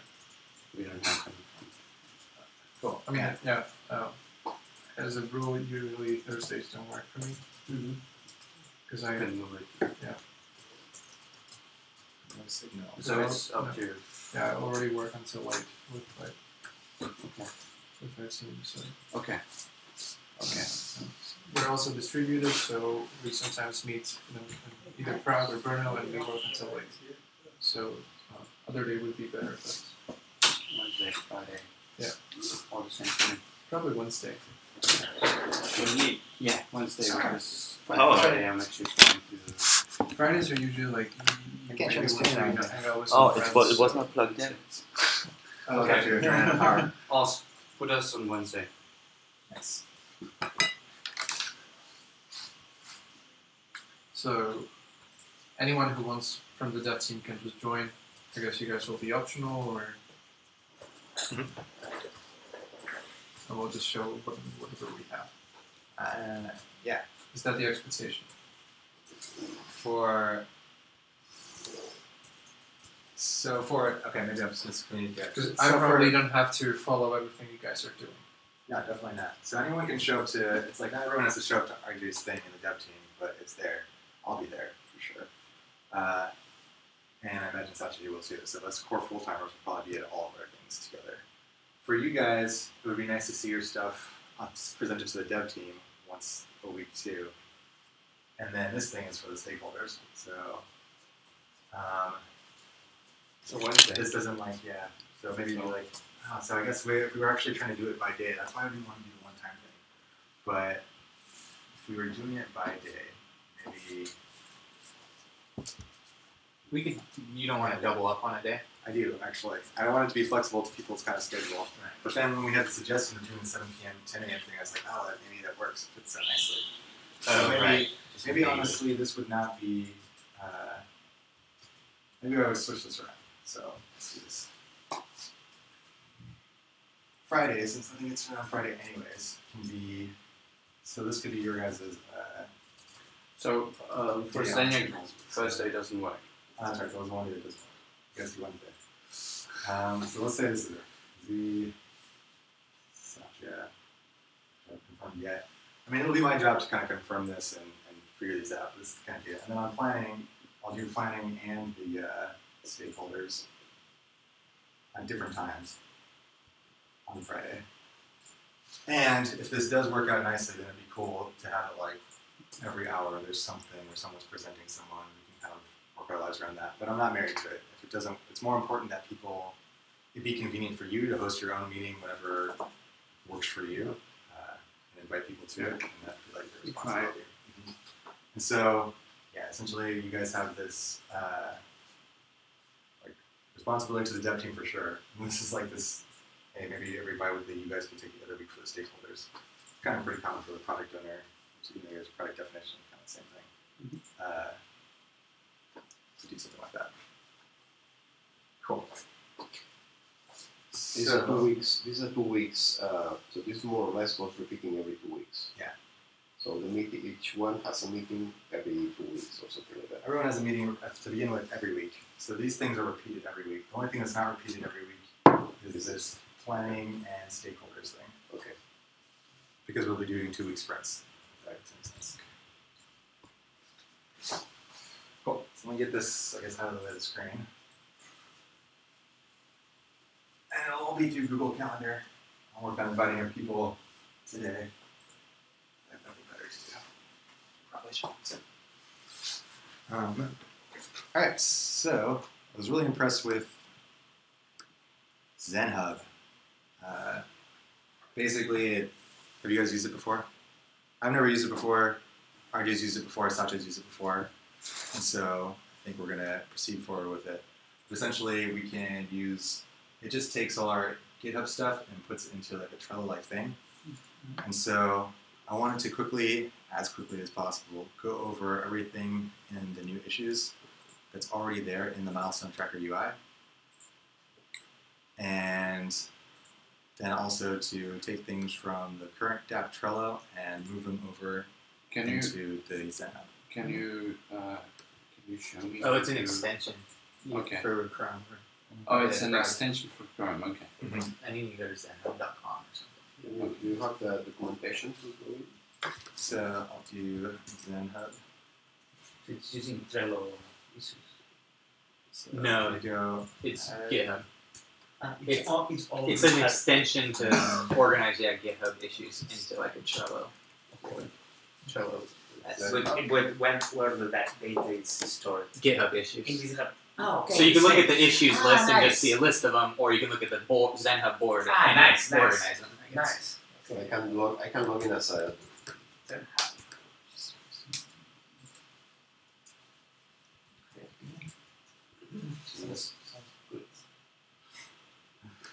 Slack. I'm using this German keyboard, so bear with me a little bit here. I'm also Kai when I go on Slack. Kai's probably not part of the dev team yet. I think it's open. Oh, it is. It is. It is.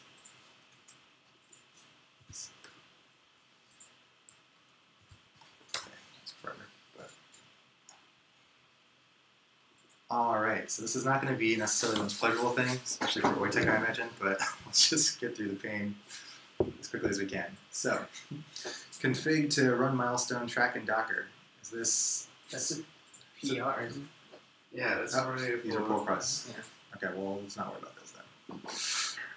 So I added this one, re-add old milestones when adding new milestone. It seemed like that was kind of like the big one, that feature that people wanted. So I moved it over to backlog. Yeah. Error messages for user, I added this one too. It's one that you added in the Trello. Yeah. So put this in backlog. You actually validate contract bytecode during init. Is this? So our choices are basically between Icebox and backlog. Icebox means we don't want to think about it right now, and backlog means we're actually thinking about putting this on the next sprint or a sprint or two in the future. Icebox. Okay. Sorry, Bird. Which one? Long strings and Giveth directory descript URL cache browser. Long strings and your Giveth URL description URL cache browser. So this. Icebox means that, okay. When I campaign to the following long strings, it causes the DApp to crash in my browser. This is a minor bug. Should have one part. It's a long time ago. It might not be true. I don't think it's an issue anymore, but like visually, it does not look nice right now if you have a long URL. Oh, that's actually not an issue right now, so I'm gonna close it. Okay. Do you think I should close the check? I can close it. The visuals are Yeah. it's not so important. Yeah. Close issue. Done. Oh. Sorry, do you really want to do that? Well, it's just nice that the person who creates it. No, Close it. Sorry. I'm just like rejected. JavaScript injection vulnerability. Come on. Seems Yeah, that's done. We can close that. All right. As long as we have the input validation thing there. Yeah. But I mean, you can still work. I mean, you can redisable, undisable the what? Like the UI has a input validation, but like if you play with it, you can. But then you'd have to have control of the DAO, right? Right. Yeah. Which you do because it's a JavaScript. Yeah, I mean we can do that, but yeah. Like it's not it's not an issue for someone who visits it. Yeah. Yeah. But me, I can like write into the inputs whatever I want and try and correct it. I mean, I can still. Okay, it's the same as trying to do it through Web3. Yeah. You're right. Also, you inject it in Web3, but we validate when you take it down, right? I mean, the contract should validate it. But do we validate it in JavaScript? The input one, the field? Not the inputs, but when we take it from the blockchain. Oh. I don't think so. Then we have to do that. So it's get the bytecode and check the hash of the bytecode. No, we have to visual issue. Oh, right. We have to check the. So should we? The visual issue. We have to validate all data that we pull down, as well as data that we put up, because what data we pull down is untrusted. So should we add a test for injection security or But are you sure this is an issue? Because in the blockchain, the smart contract must be secure, so the blockchain is not an issue. And if the code is secure, it's validated in some sense, so the full code. If you trust the code. Yeah, but it validates when you put it up. But I can use Giveth to put up something malicious, and then you need to validate when you take it back down. You just need to sanitize them. Yeah, sanitize On the data. Yeah. Everything comes from the if you sanitize the data, that's okay. You can put it in CZ and. So it sounds like we want to sanitize. Probably it's not. Sanitize what exactly? Calls to where? Blockchain. Data from the blockchain. Yes. That's trusted. The blockchain. Yeah, you can. Yeah. So is data from a node? No. Data from. Because you're just putting arbitrary strings in the contracts, right? Yeah, and you can put anything you want there. We need to make sure that it's okay when we take it down. So when someone puts in script and stuff, that's fine. However, that's simple. But React actually solves that. Yeah, I thought you can't do it with React. It prevents that, right? Yeah. You're not injecting HTML directly in general. So all those, like React sanitizes any input. Yeah. Okay, so then it's not. It's not an issue. Not an issue. It's not happening. It still could be. We should check it. Maybe. But, okay. But probably it's not. I'm not sure. I'm quite sure it's not going to be an issue. But something definitively good to check. Yeah. Let's just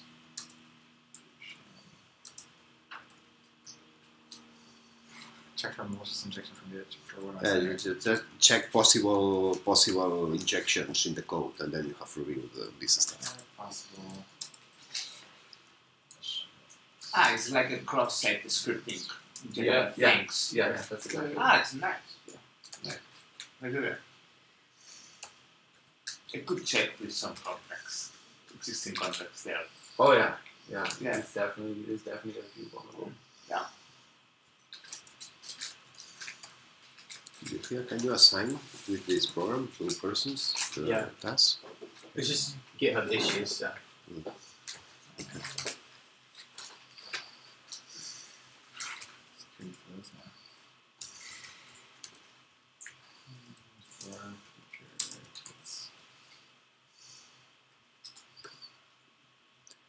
And you created an issue right now in GitHub when you create this. Yeah. Right, there we go. It went where? Well, we go through the whole thing, right? Yeah, I was just wondering where this one that I just created went to. Right. Transactions, add ethers, out here it is check pulse. So this one is backlog because we just created it. Right? So add ether scan link for various transactions. That's that. No, not for the transaction, it's for the addresses. Addresses. So we don't even display the transaction now, but it should be displayed. This, again, this is something that needs to be generic for any DAO that we do.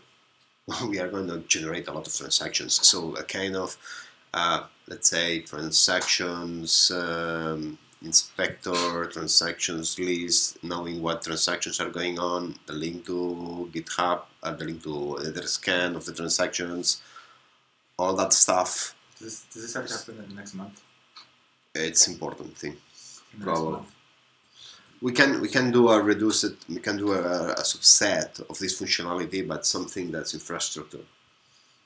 In the next month, for sure. Yeah, it's you know, maybe we can do the minimum version, just show a transaction and show the hash and link to Etherscan, and with that maybe it's more than enough. And then we just start doing the history, and you can details and put in that nice and all that stuff. But at least right now, the needs right now for at least for the first stage is to have okay, a transaction is going on. Here is the hash. Go to the scan and check that that's going on. Right. That's the most important thing. That something to we need a way to track a transaction that's going on in the blockchain. Right. We cannot send a transaction and the user doesn't know anything what's going on. It's like, did I send a transaction? Oh, where is my transaction? And where do I find it? Where I do click? And it's very difficult. So you need to link to the minimum is to link to Etherscan and to see that's going on. Yeah, I agree. I get it. Cool. Transaction notification. That's kind of the same thing. In a sense. Open it. Oh, But yes, I think so.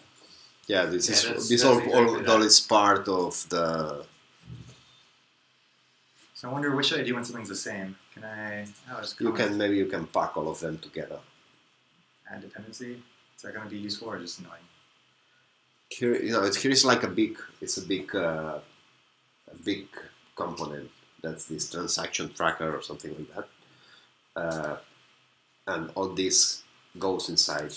Okay, I'm just going to add those for now, and then maybe there'll be some sort of consolidation opportunity. Transaction history. But it's still part of the same component. Yeah, same component. They're all interesting. So, well, it is, but it also isn't. Yeah. Right. Right. It's.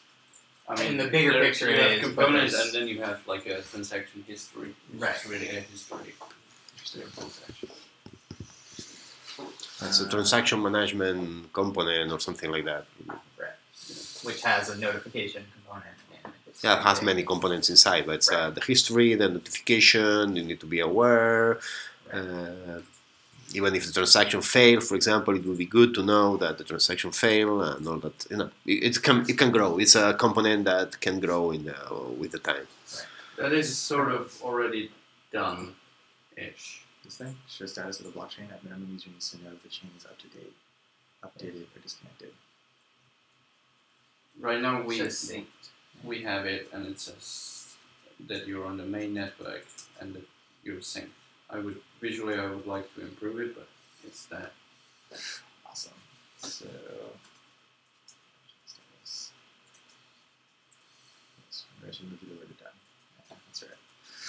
right. Adding multi-sig support. This is the other component that we talked yesterday. This is a big component. Is this the same thing as fix multi-sig in the Giveth directory? Yeah. Yeah, it's everything is the same. Okay. It all goes to that. This goes to backlog for the next month or so. Giveth Ethereum blockchain node. This is adding a Giveth Ethereum blockchain node. So there already is a node. has that sort of. But you can't use it unless you have a wallet integrated into it. This is, that. Here the thing is, if a pure DApp would not need this. Right. Okay, but really but you know, right now we better have something. Right now we are using MetaMask servers.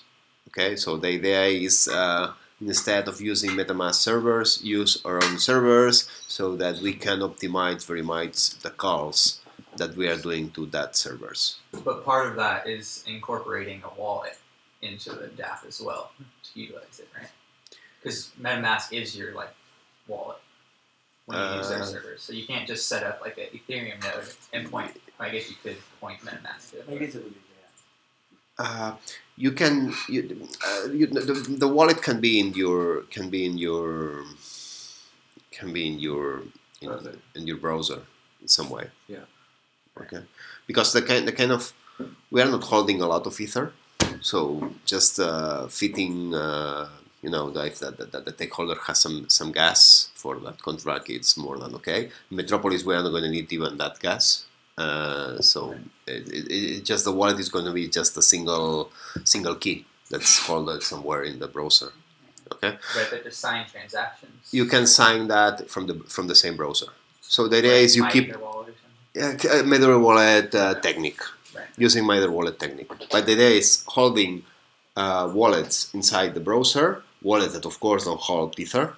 They just hold maybe a small part of Ether just for gas, and right. After Metropolis, neither that. Okay, so and you don't need the MetaMask and so on, and then you use a server, a remote server, where you just relay the transactions. So you create the transactions from the browser, right. And you broadcast them to the server, and the server just they're just a normal server that just broadcasts them. Right. And this server is just to broadcast transactions and also to query the blockchain and give all the information in a packet way specific for the application. So it goes that. Yeah. Yes, I like it. I think it's important. Add creation of campaigns. That's already there. That's the campaign deployer, but it should be reviewed. So I'm gonna close the issue and get one for reviewing it. So, well, in the Trello board, there's several reviews. Several things. Several things there.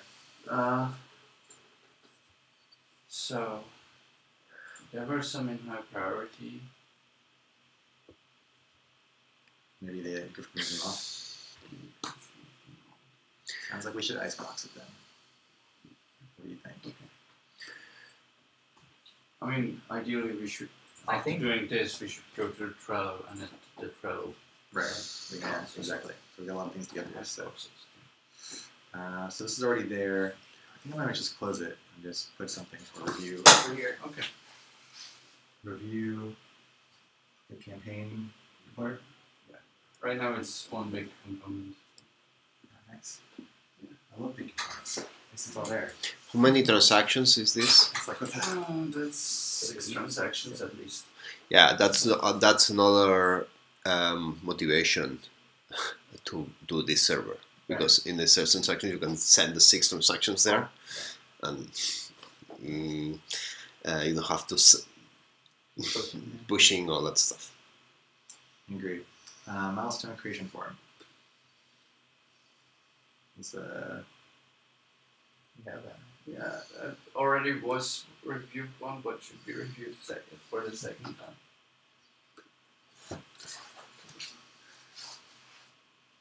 there's a review QA lane in there on the board. I don't know if you know. Oh, really? Maybe that's where You just drag the issues over to there and then close them once they're reviewed. So, just from the bottom and top. Let's say, just kidding. Review.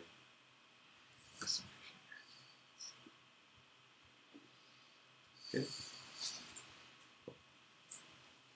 I don't know. I actually kind of wanted to save this for things that we only do ourselves, but I'll leave them there. So my conscience is clear.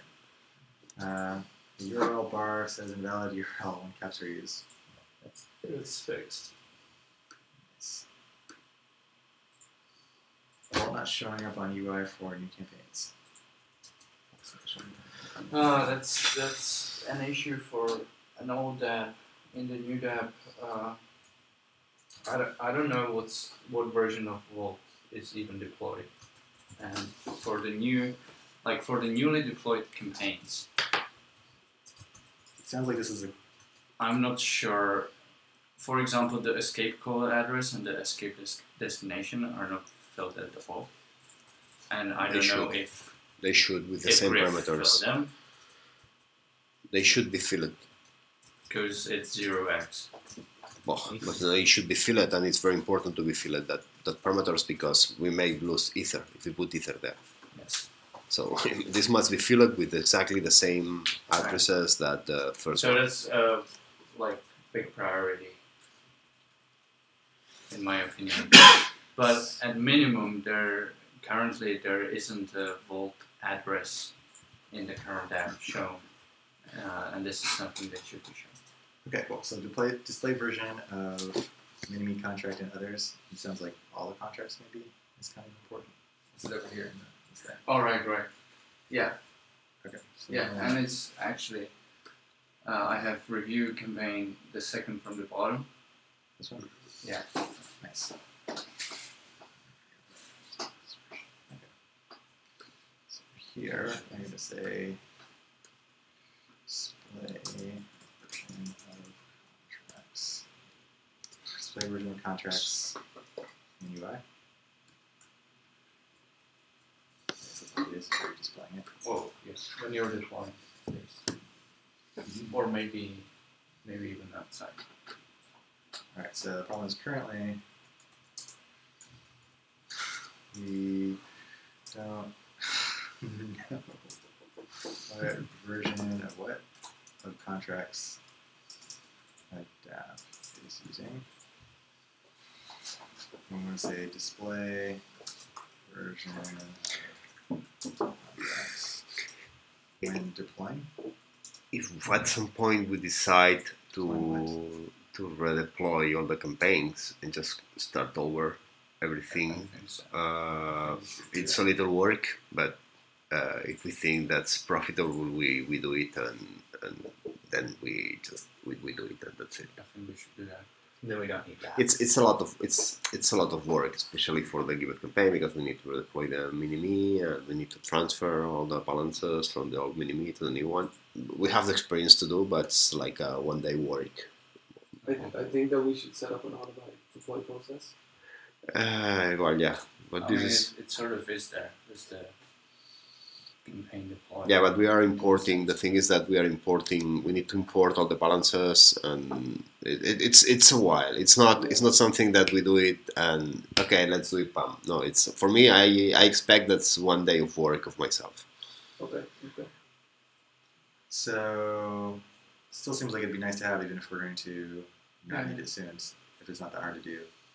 But I don't need this last sentence here. Display version of So I did the first part, which is always like, hey, currently this is how it is. And the second sentence is like, do this thing, kind of. So, display version of contracts when deploying something, or when live? Or nothing, just on UI? Yeah, on UI. Cool. On UI somewhere, anywhere. Sure. Very nice. Version, But how you get the version? No, well, we have the hash code.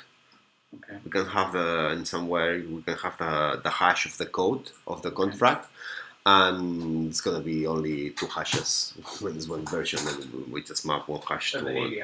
Yeah. No, the hash of the code. You can get the code, the byte code. Right. You can get the byte code, and then you get the hash. The only thing is that all these calls are heavy, are quite heavy calls. So in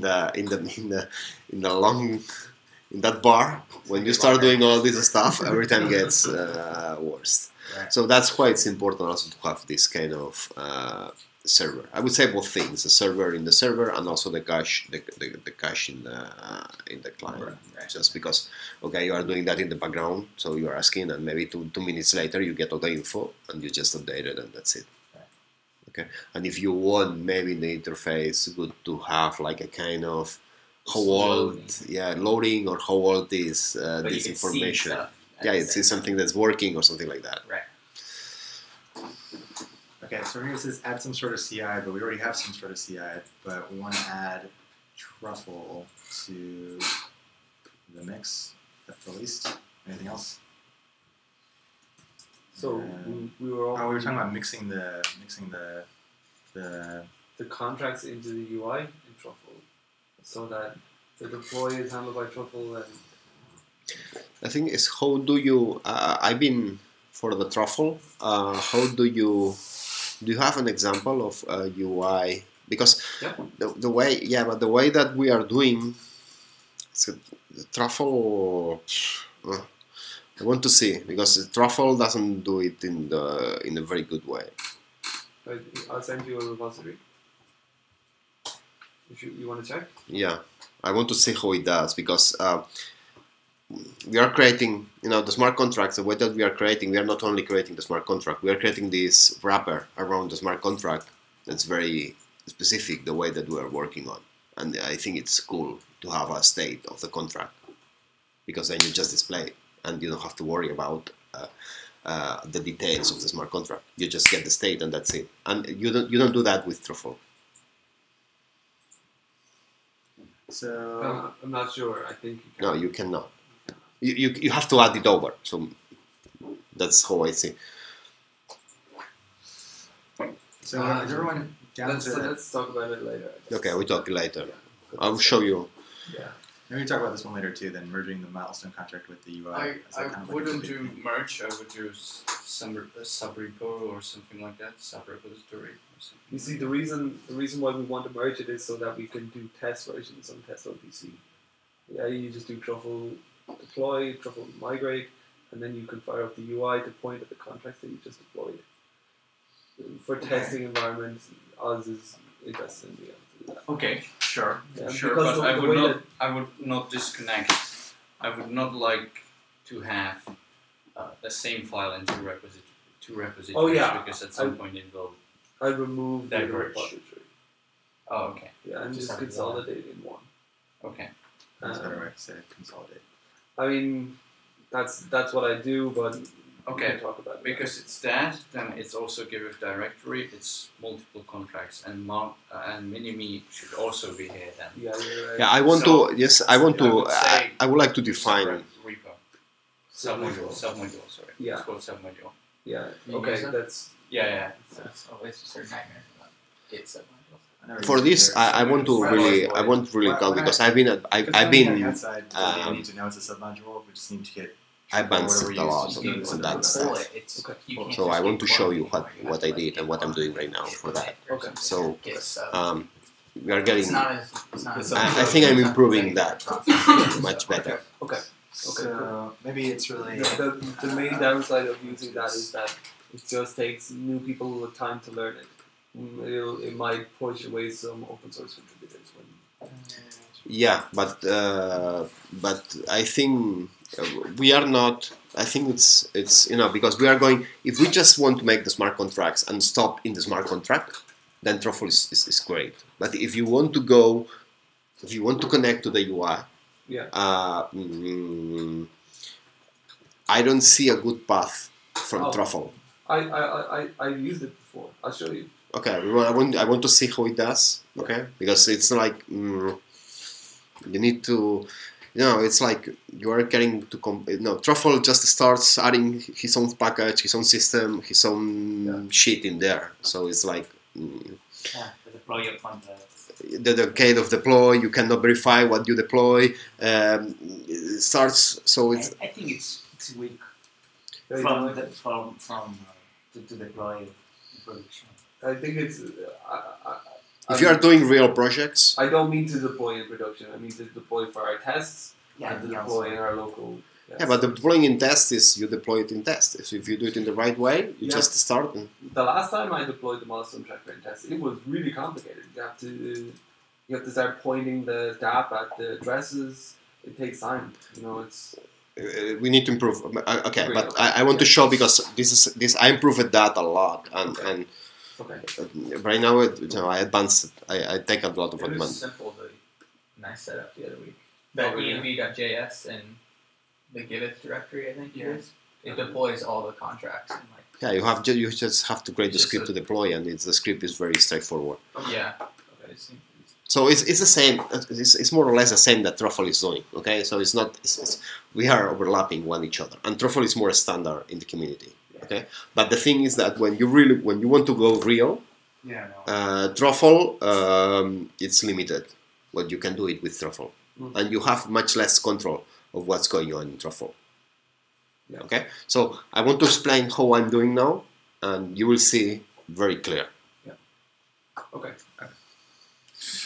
Cool. So I'm just going through these ones on the new list. This one's kind of a repeat. We just did the re-add old milestones when adding new milestones. Is it catch the state?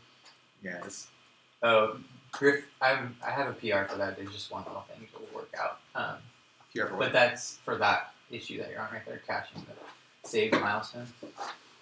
Yeah, but that's basically like if you so like when you create a milestone proposal, you create proposals, but then you have to actually push propose to get them to send to the blockchain. So, but if you refresh the page in between that because your MetaMask was broken or something, it wipes all those. Interesting. So it's just putting it in the local storage. And is this one of the pull requests right here? Yeah, that bottom one. There's just one little. There's a validation bug in it. Awesome. Okay. Not hyper. You confirm that DApp works for a parity missed IAM token. Sounds like something that we just do down the line. Or do we need to make a cast for this? You guys know what it means. Confirm the DApp works for parity missed IAM token.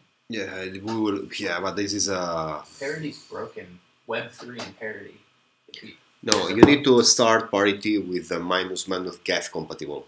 Okay. If you do that, no then problem. It's fine, right? Yeah, you need but everybody does that. So it's like it's. But MetaMask doesn't seem to. MetaMask is it's a workaround for this shit. Right. So really, that when with MetaMask, sometimes you have some way of the errors, and it's not user friendly. Right. So, for instance, now I have errors about duplicated nonces, and nobody knows what. You want to connect to a local test RPC, and sometimes it works. Right. It's not a good user experience. If we really go to this server, right. Then we have two options. We are running in a real DApp, so we are running in Mist, so we have a full Web3 and all that, all the real DApp that's not needed and then we work that way, or we go straight forward to our server, and then it goes also for regular users. It's fast. Right. So and we just we can jump MetaMask. Right. In some sense. Yeah. Especially when MetaMask, I think that the biggest problem of MetaMask right now is when we want to do many transactions at the time. Right. This is something that is not solved there. Yeah. So sorry guys. I just made this one for autofill where possible for the inputs. Griff was just saying that wasn't happening, but I think it should happen, right? Or it happens for some people, right? Right. Yeah. So this is like when you create a new milestone in a specific campaign, it should autofill the vault address, for example, and things like that. Oh yeah, okay. We can set that, but I think he means to have like autocomplete. I think that's Oh right, sorry, yeah, sorry. Which I don't want. That's it. That's the browser problem. That's his browser. Yeah. It should. That's nothing to do with us. Like. Yeah. Think back. Yeah. So sometimes even if you don't have like the input fields, they're like malformed. I can't imagine that's the case. Then maybe. I mean, all the forms have every input has a name. Yeah, correctly assigned, so the browser should actually cache it. Yeah. So will you chase that up with him and see what browser he's doing, or that's what we need to do? We need him to test on different browsers. Well, everyone uses Chrome, so that's very easy. Yeah. So maybe it's a plugin that he has. Right now, the browser's issues just work with Chrome, and and if you want, test it with Firefox and that's the only problem. As long as we have it working with Chrome. People, I would say that 95% of people work with Chrome, which is bad, but it's what it does. Okay, so it sounds like I should just get rid of this. I would change it. I would leave it. Should we change it to the vault thing that you were talking about? Just to use this. No, I would even leave that. Okay. For me, this is fine. Just check. Just check. All right. Got the review autofill. Is this trailer finally done? I'm gonna go over to have those loads. Do high priority. Hold on. So for high priority. Okay, I got this one. Fix the multi-sig, we already have that one. Inform user if there is an error, got that one. Automated solution to keep node running for non-MetaMask users. Is this? I think it's on. Yeah. Backlog. Oh, it is cool. After changing network or unlocking an account in MetaMask, reload the dApp and force update on the Giveth directory.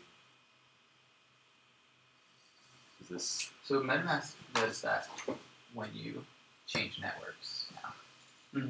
So I guess it's just unlocking account. Yeah. When we changed from network to network in development, it reloads. Huh? It reloads. MetaMask reloads. But if you unlock an account, if you go there, your account is locked, and then you unlock it. Okay. We do nothing about it. Like the Giveth directory doesn't update the state. Okay, so you need to be aware when you change of account in MetaMask. That's the thing. Right. Yeah. Okay. If we jump MetaMask, right, then it's done. But by the other side, but yeah, what I did is just put a timer and check if account changes it. Yeah. So I do think they have an event for it. I do Either think listen that to they the have event if they have it, or I have no idea. You can do pooling if you in the worst case, but that's not a good idea in general. So is there a task here? What is this? watch MetaMask account for changes again. Yeah. And refresh the DApp. Okay. Yeah.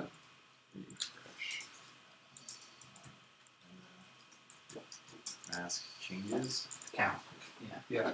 If you see the Aragon application, when you change the count, it refreshes everything. So these guys are doing this way. Yeah, we can check what they're doing and we just copy. Right. Changes. I think refresh the app when the MetaMask state changes. Something like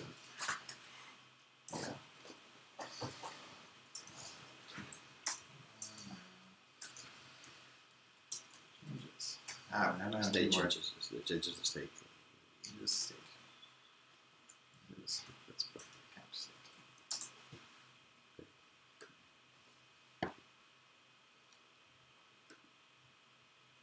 All right. It's looking like we're getting towards the end here.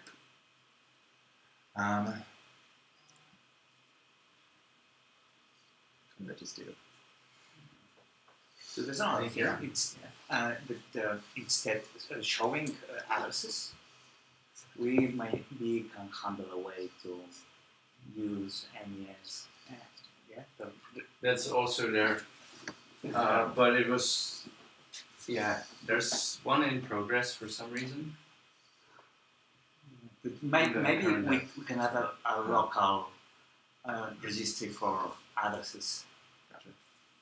It's only, you need to register a name. It takes you like 3 days. And maybe you don't need 3 days to register people. So it's just add some kind of a local directory just to name addresses, because maybe you don't need to register to NS always to do that. Right. Yeah. Because addresses, it's just crazy. It's not a way to see people. Which one are we at? I think so. He's talking about, if you go to the Trello board on the in progress, I think the first one about ENS. Oh, okay.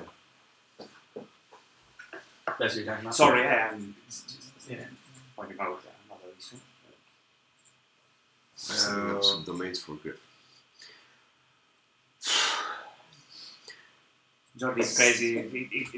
If you want to register address, a guy, no, you need to go to ENS and register, and he will explain you in 3 days how to do that. So it's the only thing that I would do here is just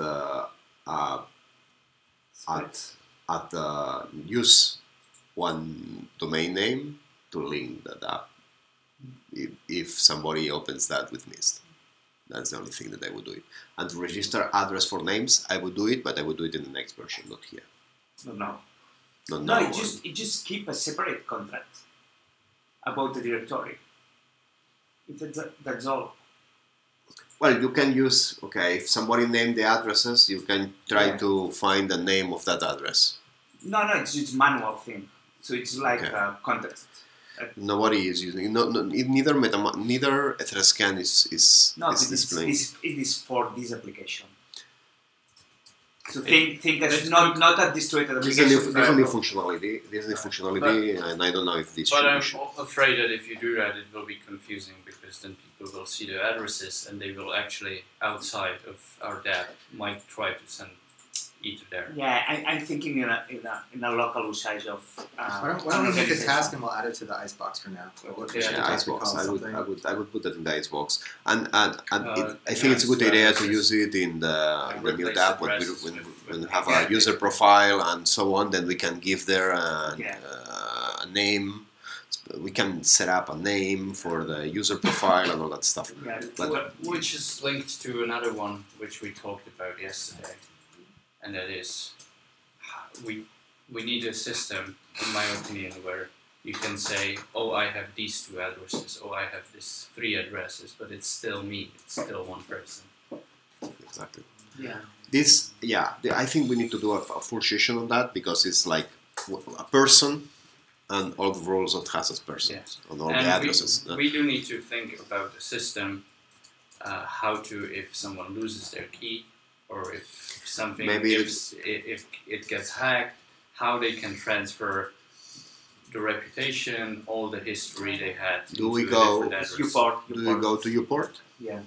Maybe the solution is go to UPort. Okay. Selecting on which network main test RPC the DApp is deployed in the race condition and often sets test RPC in MetaMask is inactive. This should be resolved. Yeah. So when you open, now it actually doesn't do, but when there was the status ICO, when you opened the DApp, it switched to this RPC. Sorry? Because I automatically select the network and MetaMask did not inject in time, so it went to the default one, which was this RPC. And now I think now it's fixed. Now it's fixed in a sense where when it's not on a local host, we always use the main one unless we find a MetaMask saying that it's Roxton or something. So I think it's fixed now. But you broke it here. Nice. Okay, so in progress, we start with the first one. Campaign deployer updates. Is this like a doc in here? Special pictures. Yeah. Pictures. Are you bringing any of this over into the Git world? Or I don't think so. Cool. Add transactions like spinning icon. So yeah, that's again like when you do a transaction. It's already there. It's already there. Show number of actions user can take for each milestone as a badge. Yeah, this is currently in the progress. I've had. It should be there. It's a PR. It's a PR. Okay. And I've added already a comments to it. Cool. The PRs are shown here? No. So here is only issues. No, I think it is PRs as well. Oh, is it? Those 3 right there are PRs. Oh, okay, the badge. Okay. Yeah, the badge is in progress. That thing is in progress. This one right here. I mean, all of them are in progress then, since they are PRs, right? Right. So. Did you say milestone proposal had something that you were working on? Yeah. Cool.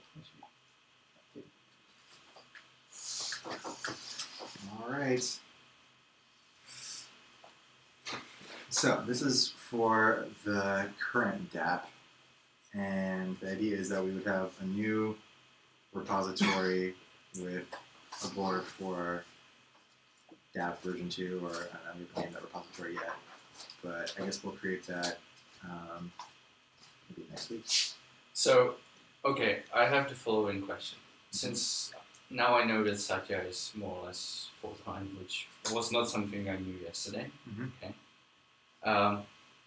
My question is, his original plan was to brush up his design and develop what he designed by the end of August. Okay. Mm-hmm. We sort of decided that maybe it doesn't make sense, I guess. But is that the question? I mean, that is a question. Does it That make is sense a for question. should we go with Satya's plan? Yes. So, yeah, it was a good plan. It's a nice fallback plan, you know, that I think might. But the problem with the plan is that Satya wasn't really building the exact right product. But it was nice to have something, anyways. You know, it's like, hey, I'd rather have Satya's vision of this thing, and then we'll build off that. And we got a tiny bit of a taste of that by having him build this vision. And so, in a sense, I think to a degree that mission's like been accomplished. But essentially, it's kind of still the same plan. Right now, Satya's the head of the front end, which means he's going to be making the new. So he's going to jump on this and maybe put some of the functionality here as well. Yeah. So as of now, we'll see if the team builds out. But there's this team of 3, right? And we're going to work on the current DApp. But then, starting maybe as early as you would next week, you know, maybe that's jumping the gun a little bit, but I'd rather just shoot for it and see what happens. Okay. We would start building the new DApp, maybe by taking one of the function things in the current DApp that we want to see kind of go end to end, using maybe a different server structure or whatever, but essentially we start laying the groundwork for the future DApp, while continuing to make these changes and learning on the current DApp. And so in a sense, it's like Satya still has the same plan. It's like as the lead of the front end of the new DApp, it's like he's going to be the one. We're all going to participate, but essentially it's still the same idea. Okay. Perfect. I do have one more thing here. Mm-hmm. I think the information shown on campaign should be reviewed. So currently, what is there? Well, we have a campaign thing interview, right? Application campaigns. Is this thing? No. So this isn't gonna work. Because there are some few things missing which are exported in the state. Maybe they should be displayed. Data. The milestone tracker address maybe is important to display there. These are just like UI, small little UI. Yeah, that's very small UI thing, but we need to sit down with Griff as the only user like the and ask address. him, and ask him what he needs to see there. Yeah.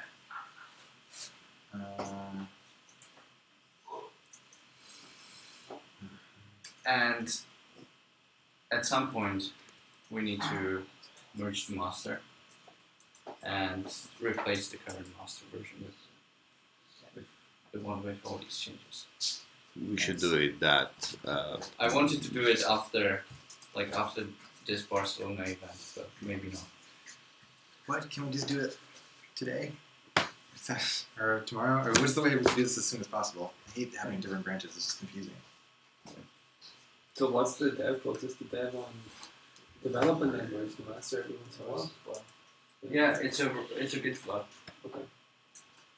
But maybe merge master more often. Yeah. I mean, I've merged it, but then I got a feedback that, it actually, I want the original version from Griff because something was missing there. Which is the version that so we should set up 2 deploys. We should have test dot, or we should have develop dot. That's already handled by Netlify. Yeah. It deploys every branch individually, and even the pull requests, it does a preview for it. Oh, cool. Oh, nice. Yeah. So.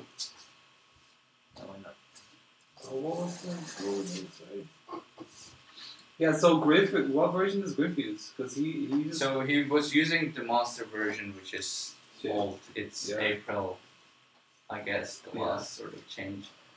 But the develop is the one where I was introducing all the changes. So you moved him to develop? I now moved him to develop, and I mean, we just need to gather his feedback, what he's missing there, and then merge it. Yeah. Okay. Yeah. So let's just keep him on master, I guess. Is that better? Yeah, we should go to master as fast as we can. Yeah. Exactly. Yeah. There's a thing that I don't know, it needs some kind of synchronization. There are some roles in the user interface that should be followed just so much as my context didn't crash. So you need to front-end developers should know the code that uses a smart contract just to follow exactly the same rules. So I don't know now how this is synchronized. So I don't know if front-end developers know the internals of contracts. Are you checking the smart contracts? I do. You do. Yeah, it's not very complicated. Maybe we need to make which states the smart contracts have to call the proper functions. You know, that's already exported in the state. Yeah, the so thing currently, is that Jordi is exporting to me the list of actions that I can do per milestone and the list of action I can do per campaign. Yeah. So we have out there. This is the main difference between Truffle and us. Yeah. Okay, so it's like it's not only we don't only give the smart contract and that's it. We give the smart contract and we give a wrapper where that does a lot of things. Okay, the first thing and the most important things is just queries the full smart contracts and convert the state of a smart contract to a single JSON. Yeah. And then the DApp is as easy as just displaying, as just rendering this JSON in the way you're doing. So for reading, you're providing the JavaScript. Yeah, I'm providing exactly. I'm providing, nice. and this JavaScript can run in server. You can provide. This JavaScript can be in server and can be in.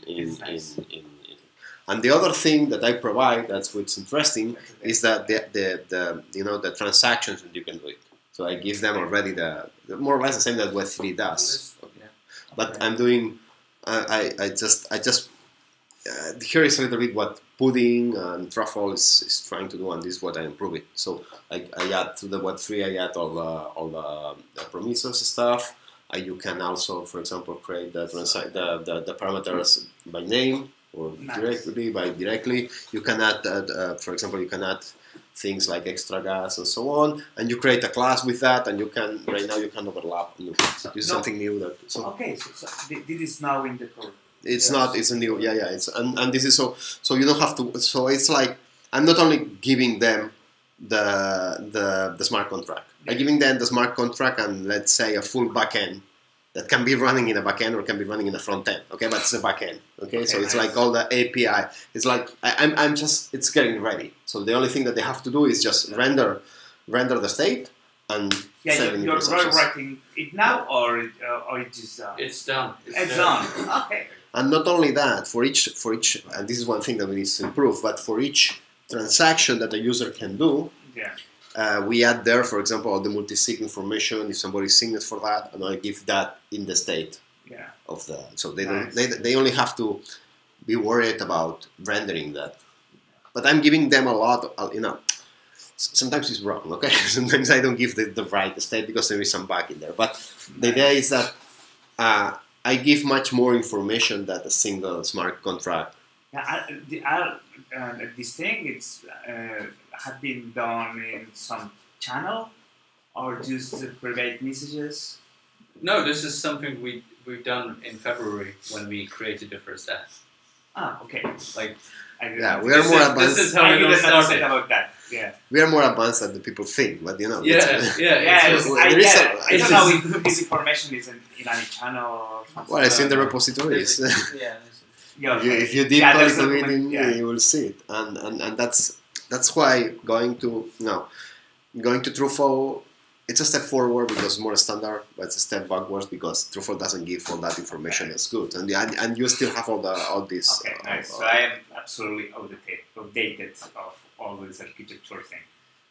Okay, but that's architecture we are using. Yeah? It's smart contracts, state to a JSON. We render the JSON, and from the application we send transactions to go to the smart contract. Okay, I would say that. Then The done. state will change, and we just re-render this. Okay. Exactly. No, That's a good way that's to do that. architecture. That's architecture that we are using, and that's simple and that works. And I think that's good. I think that's a good architecture, and that's yes. okay. Yes. Okay. Cool. I agree.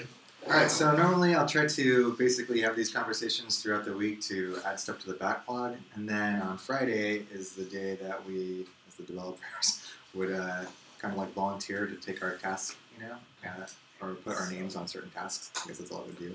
And then the following week, we just go into the flow. So some tasks are also part of other repositories. Okay, that's what. Yeah, because the milestone tracker UI uses like the wrapper class you just talked the about. wrapper. The wrapper is not in here. Here is just I'm okay. If it's a dependency of the mouse, I think this is yeah. For the dependency, I want to talk. We need to implement this one. I don't know if you are aware, if you know this. Greenkeeper now. No. No. Okay. This is just to manage all the dependencies between NPMs. Okay. Did you see that book that I sent you? Well, we have to talk about that off camera. Yeah, I know. Yeah, we'll talk about it. I don't think we're. No, we are. Yes, we are. Yeah. We'll talk about that too. But anyway, this is I'm proposing, but I would like you to check it. I never used it before, but I know people that's using it and it works great. So what does it do? It syncs. It's mainly it's when you modify a repository that it's needed for other packages, it mainly adds the pull request to the other package to use that repository. So that when you are changing something in the repository that's like 3 levels dependency, you don't have to change, commit, and because you're going to miss up. So right now we are losing a lot of time just doing this stuff, especially if you are touching. So you can have more modularization, like separate repositories, and it helps exactly. manage When you have modularization, when you have many repositories that are dependent one of the other, so it's. So I have a here.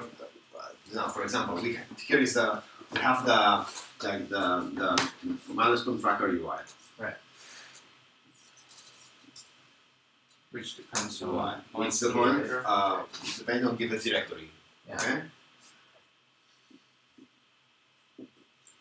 And milestone tracker. Okay, if you want one. Or here the Giveth directory depends of campaign.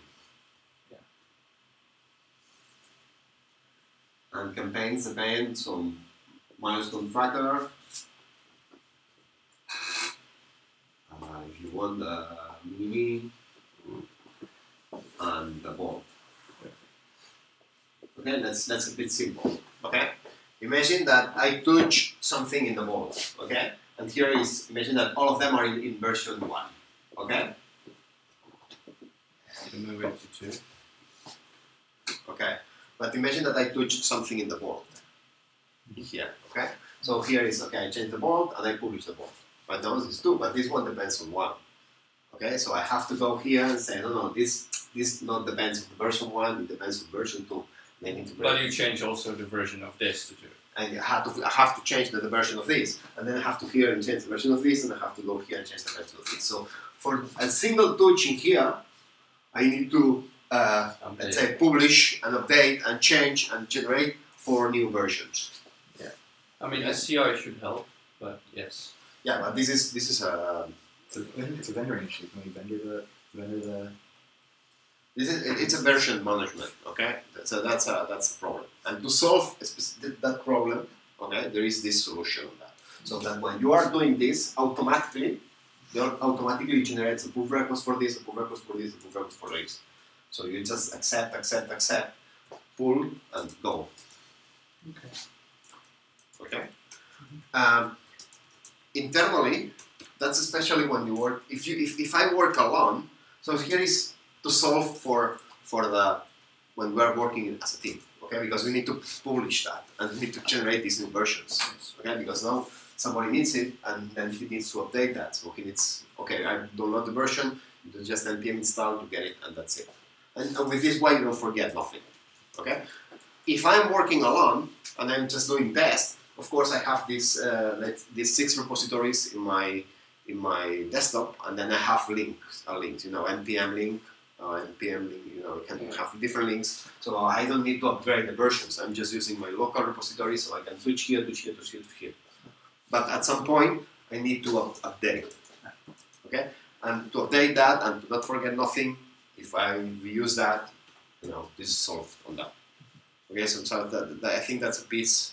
Lots of people, especially the people that are using a lot of modularization, are using that. If we have everything that in a single repository altogether, this is not a problem. But then you have a big, fat repository there.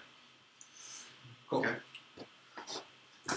So I put this task for investigate Greenkeeper as specifically. Currently, we don't have a way to automatically update version dependencies.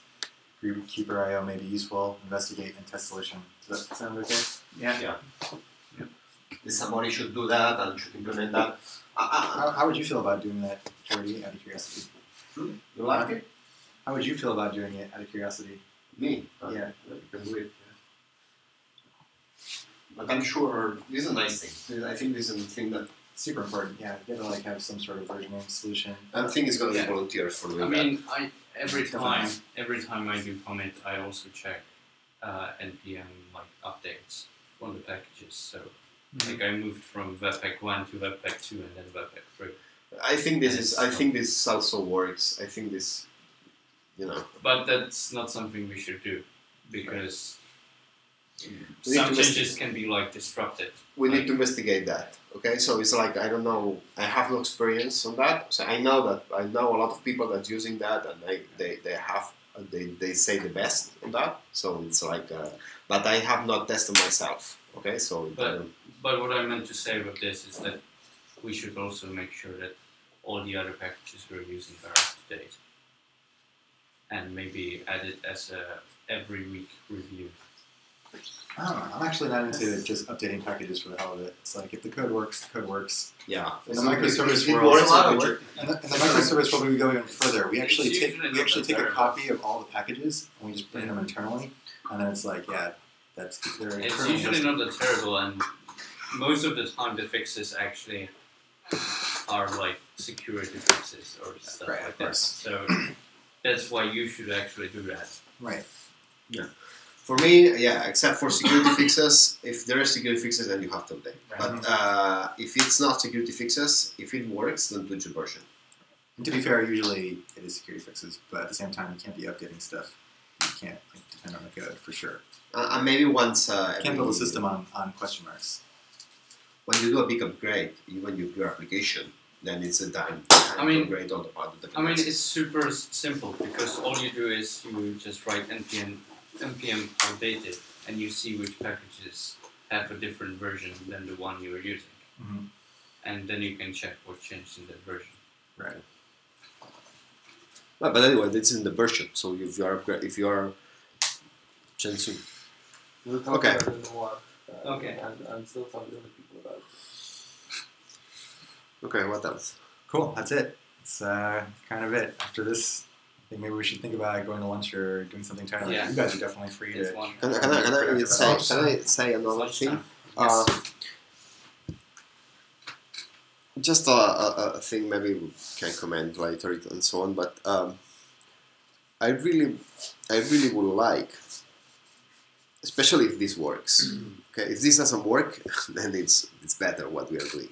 But if it works, I would like to think what would happen if each React component goes to a separate repository. It's just, I'm not saying to do that, I'm just thinking on... In the world of mono repo, you're thinking about taking every component and putting its own repository? In the world of monorepo, I think we are in the world of microservice. Yeah, but now the new thing is to take your microservices and put them in a monorepo, and then you just using the folder structure handle your deployments. No, but if the thing is that if from each model, each piece of code, working a team, each piece of code should be enough independent of the rest of the world. I disagree, because in React the components, a button is a component, and use it. Yeah, I think you'd have to. Yeah, you wouldn't want to break it out at that level, but maybe like multi-sig as a component is kind of. So you want a kind in the middle. So it's like libraries. So you want the more redundant components and libraries of related components in some point. Right. That's a good point. I like the idea of definitely keeping it separate one way or another, and explicitly having it separate using in different directories and different directories at least, But then, I mean, it'd be nice to we'll figure it out. But yeah, okay, let's try. One big task for you. Oh, great. Is should I add it here? Not here, because it's not related to this one. It's related to all the other repositories. Okay. Is to check them, what they do.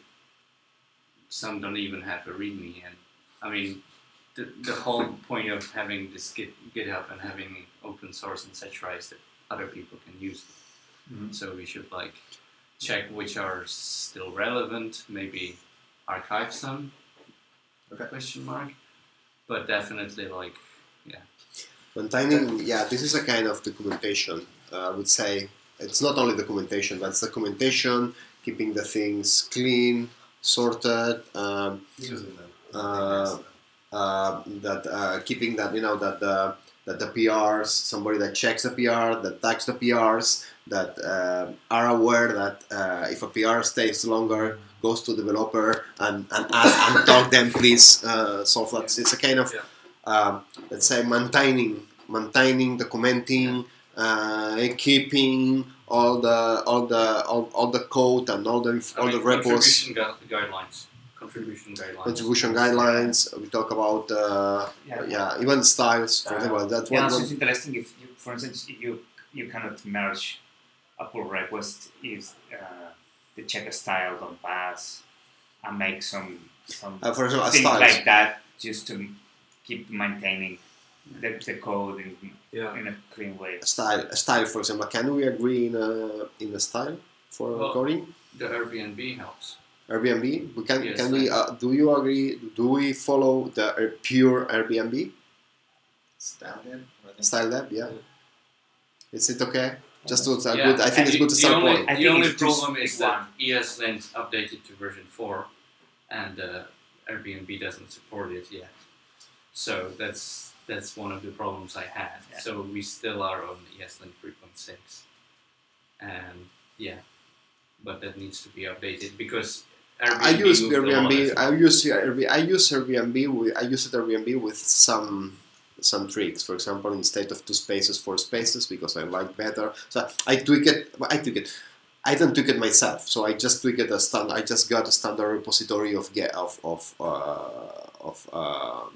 React, and that uses Airbnb with these changes. I mean, the ESLint configuration still remained the same. I've just updated it, which added a lot of new rules. Yeah. But I fixed that. Yeah, but maybe it's a good idea. Just to remove the rules and goes to the Airbnb as we try to follow as much Airbnb as is. Okay, we go to the standard. We switch on if all there the strings to single quotes. That's painful. It's way better that way. But it's so cluttered when you get those double quotes. It's nasty. Yeah, but it's something that if we go in there, the thing is that it's a standard. Yeah, we will change. We don't have to do it now all at the time. Okay, but the new code that we create, we are already using that. We just put that in the repository, and when we go there, we can just change the things. But it's good to agree in something as soon as possible, so we can generate. So if you agree on all that, then this is our decision. We go in that style, and we try to at least this. I think a good start point. Yeah. So I'm just add extra checkers that we agree on that. So for instance, checking if names are not uppercase or lowercase, something like that. It's just adding some checkings when in Travis. I think it could be nice also to maintain common structure. But the linter does it, no? Yeah. Well, the it doesn't. Yeah, exactly. Well, The netted file fails, the preview fails. Nice. Yeah. It's configured like that. Okay. So you already know. Okay. Yeah. Maybe I would treat some warnings as errors, for example, that instead of const and stuff like that. Okay, another thing that I would like to standardize very much in the DApp is the structure of the React DApp. The directories and all that stuff. I don't know if that's a mess or that's more or less okay. The components. I've unified it a little bit, but I don't know if I unified it well. So we should come with a folder structure for the new DApp, which we we are. This is next week or something. But yeah. Okay, but that's something that we need to. I would like to be clear. Yeah, and I would like someone else to do it than me because I don't have enough experience in React for defining the structure. You're not doing anything on the front anymore. The whole point is to. Sasha have experience in React, right? Yeah. Satya, yeah. Okay, so he can. On the other hand, Jason also says that he does, and he does, but like he used very outdated things. Okay, but we should maybe we should work on that. Yeah, but for the new DApp, it's going to be cool. We'll choose a folder structure. It's going to be like the first thing we do amongst a couple other standard things. And I think that your input in terms of like how it's like your chance to think how a DApp should be for future DApps too. We basically have to choose everything idea that you ever have about how a DApp should be. You have to kind of decide, hey, is this something that could be easily implemented in the current DApp? The answer is probably no. And then you're like, hey, is this something that could be inserted in the new DApp? Then yeah, and then get it out in the front. Because essentially, after we start doing maybe a full sprint on this thing, we're going to want Satya and RJ to go like full steam ahead on the new DApp. Hopefully, having to contribute to the old DApp as little as possible, but it's probably going to be good for you anyway. So we'll see how it goes. Okay. So all the guidelines got to be in place so that they can move forward. Okay, but this is okay. These are things that are. Things needs to be defined at some point, and it's good to start in the right way. And I think this DApp is very good just to learn all these things. Okay, what else? That's it. It's lunchtime. I think this is a huge success. Thanks for kind of going through everything. And then to Wojtek's point, it's like somebody needs to be the GitHub secretary, and I'm essentially going to try to make that my full-time job and maybe contribute less code-wise and just focus on things like the README, which would have the contribution guidelines, working with people on Slack to spin up their local environments so they can see how we see, and then we'll see how far we get. I mean, I've never done that before. It's a challenge to be solved, like how to get great volunteers, but by putting my full-time effort into it, we'll see how far we get. This is very, very, very important. Yeah. Okay. Lunchtime. Nice. Okay, about the testing and code coverage and all this stuff.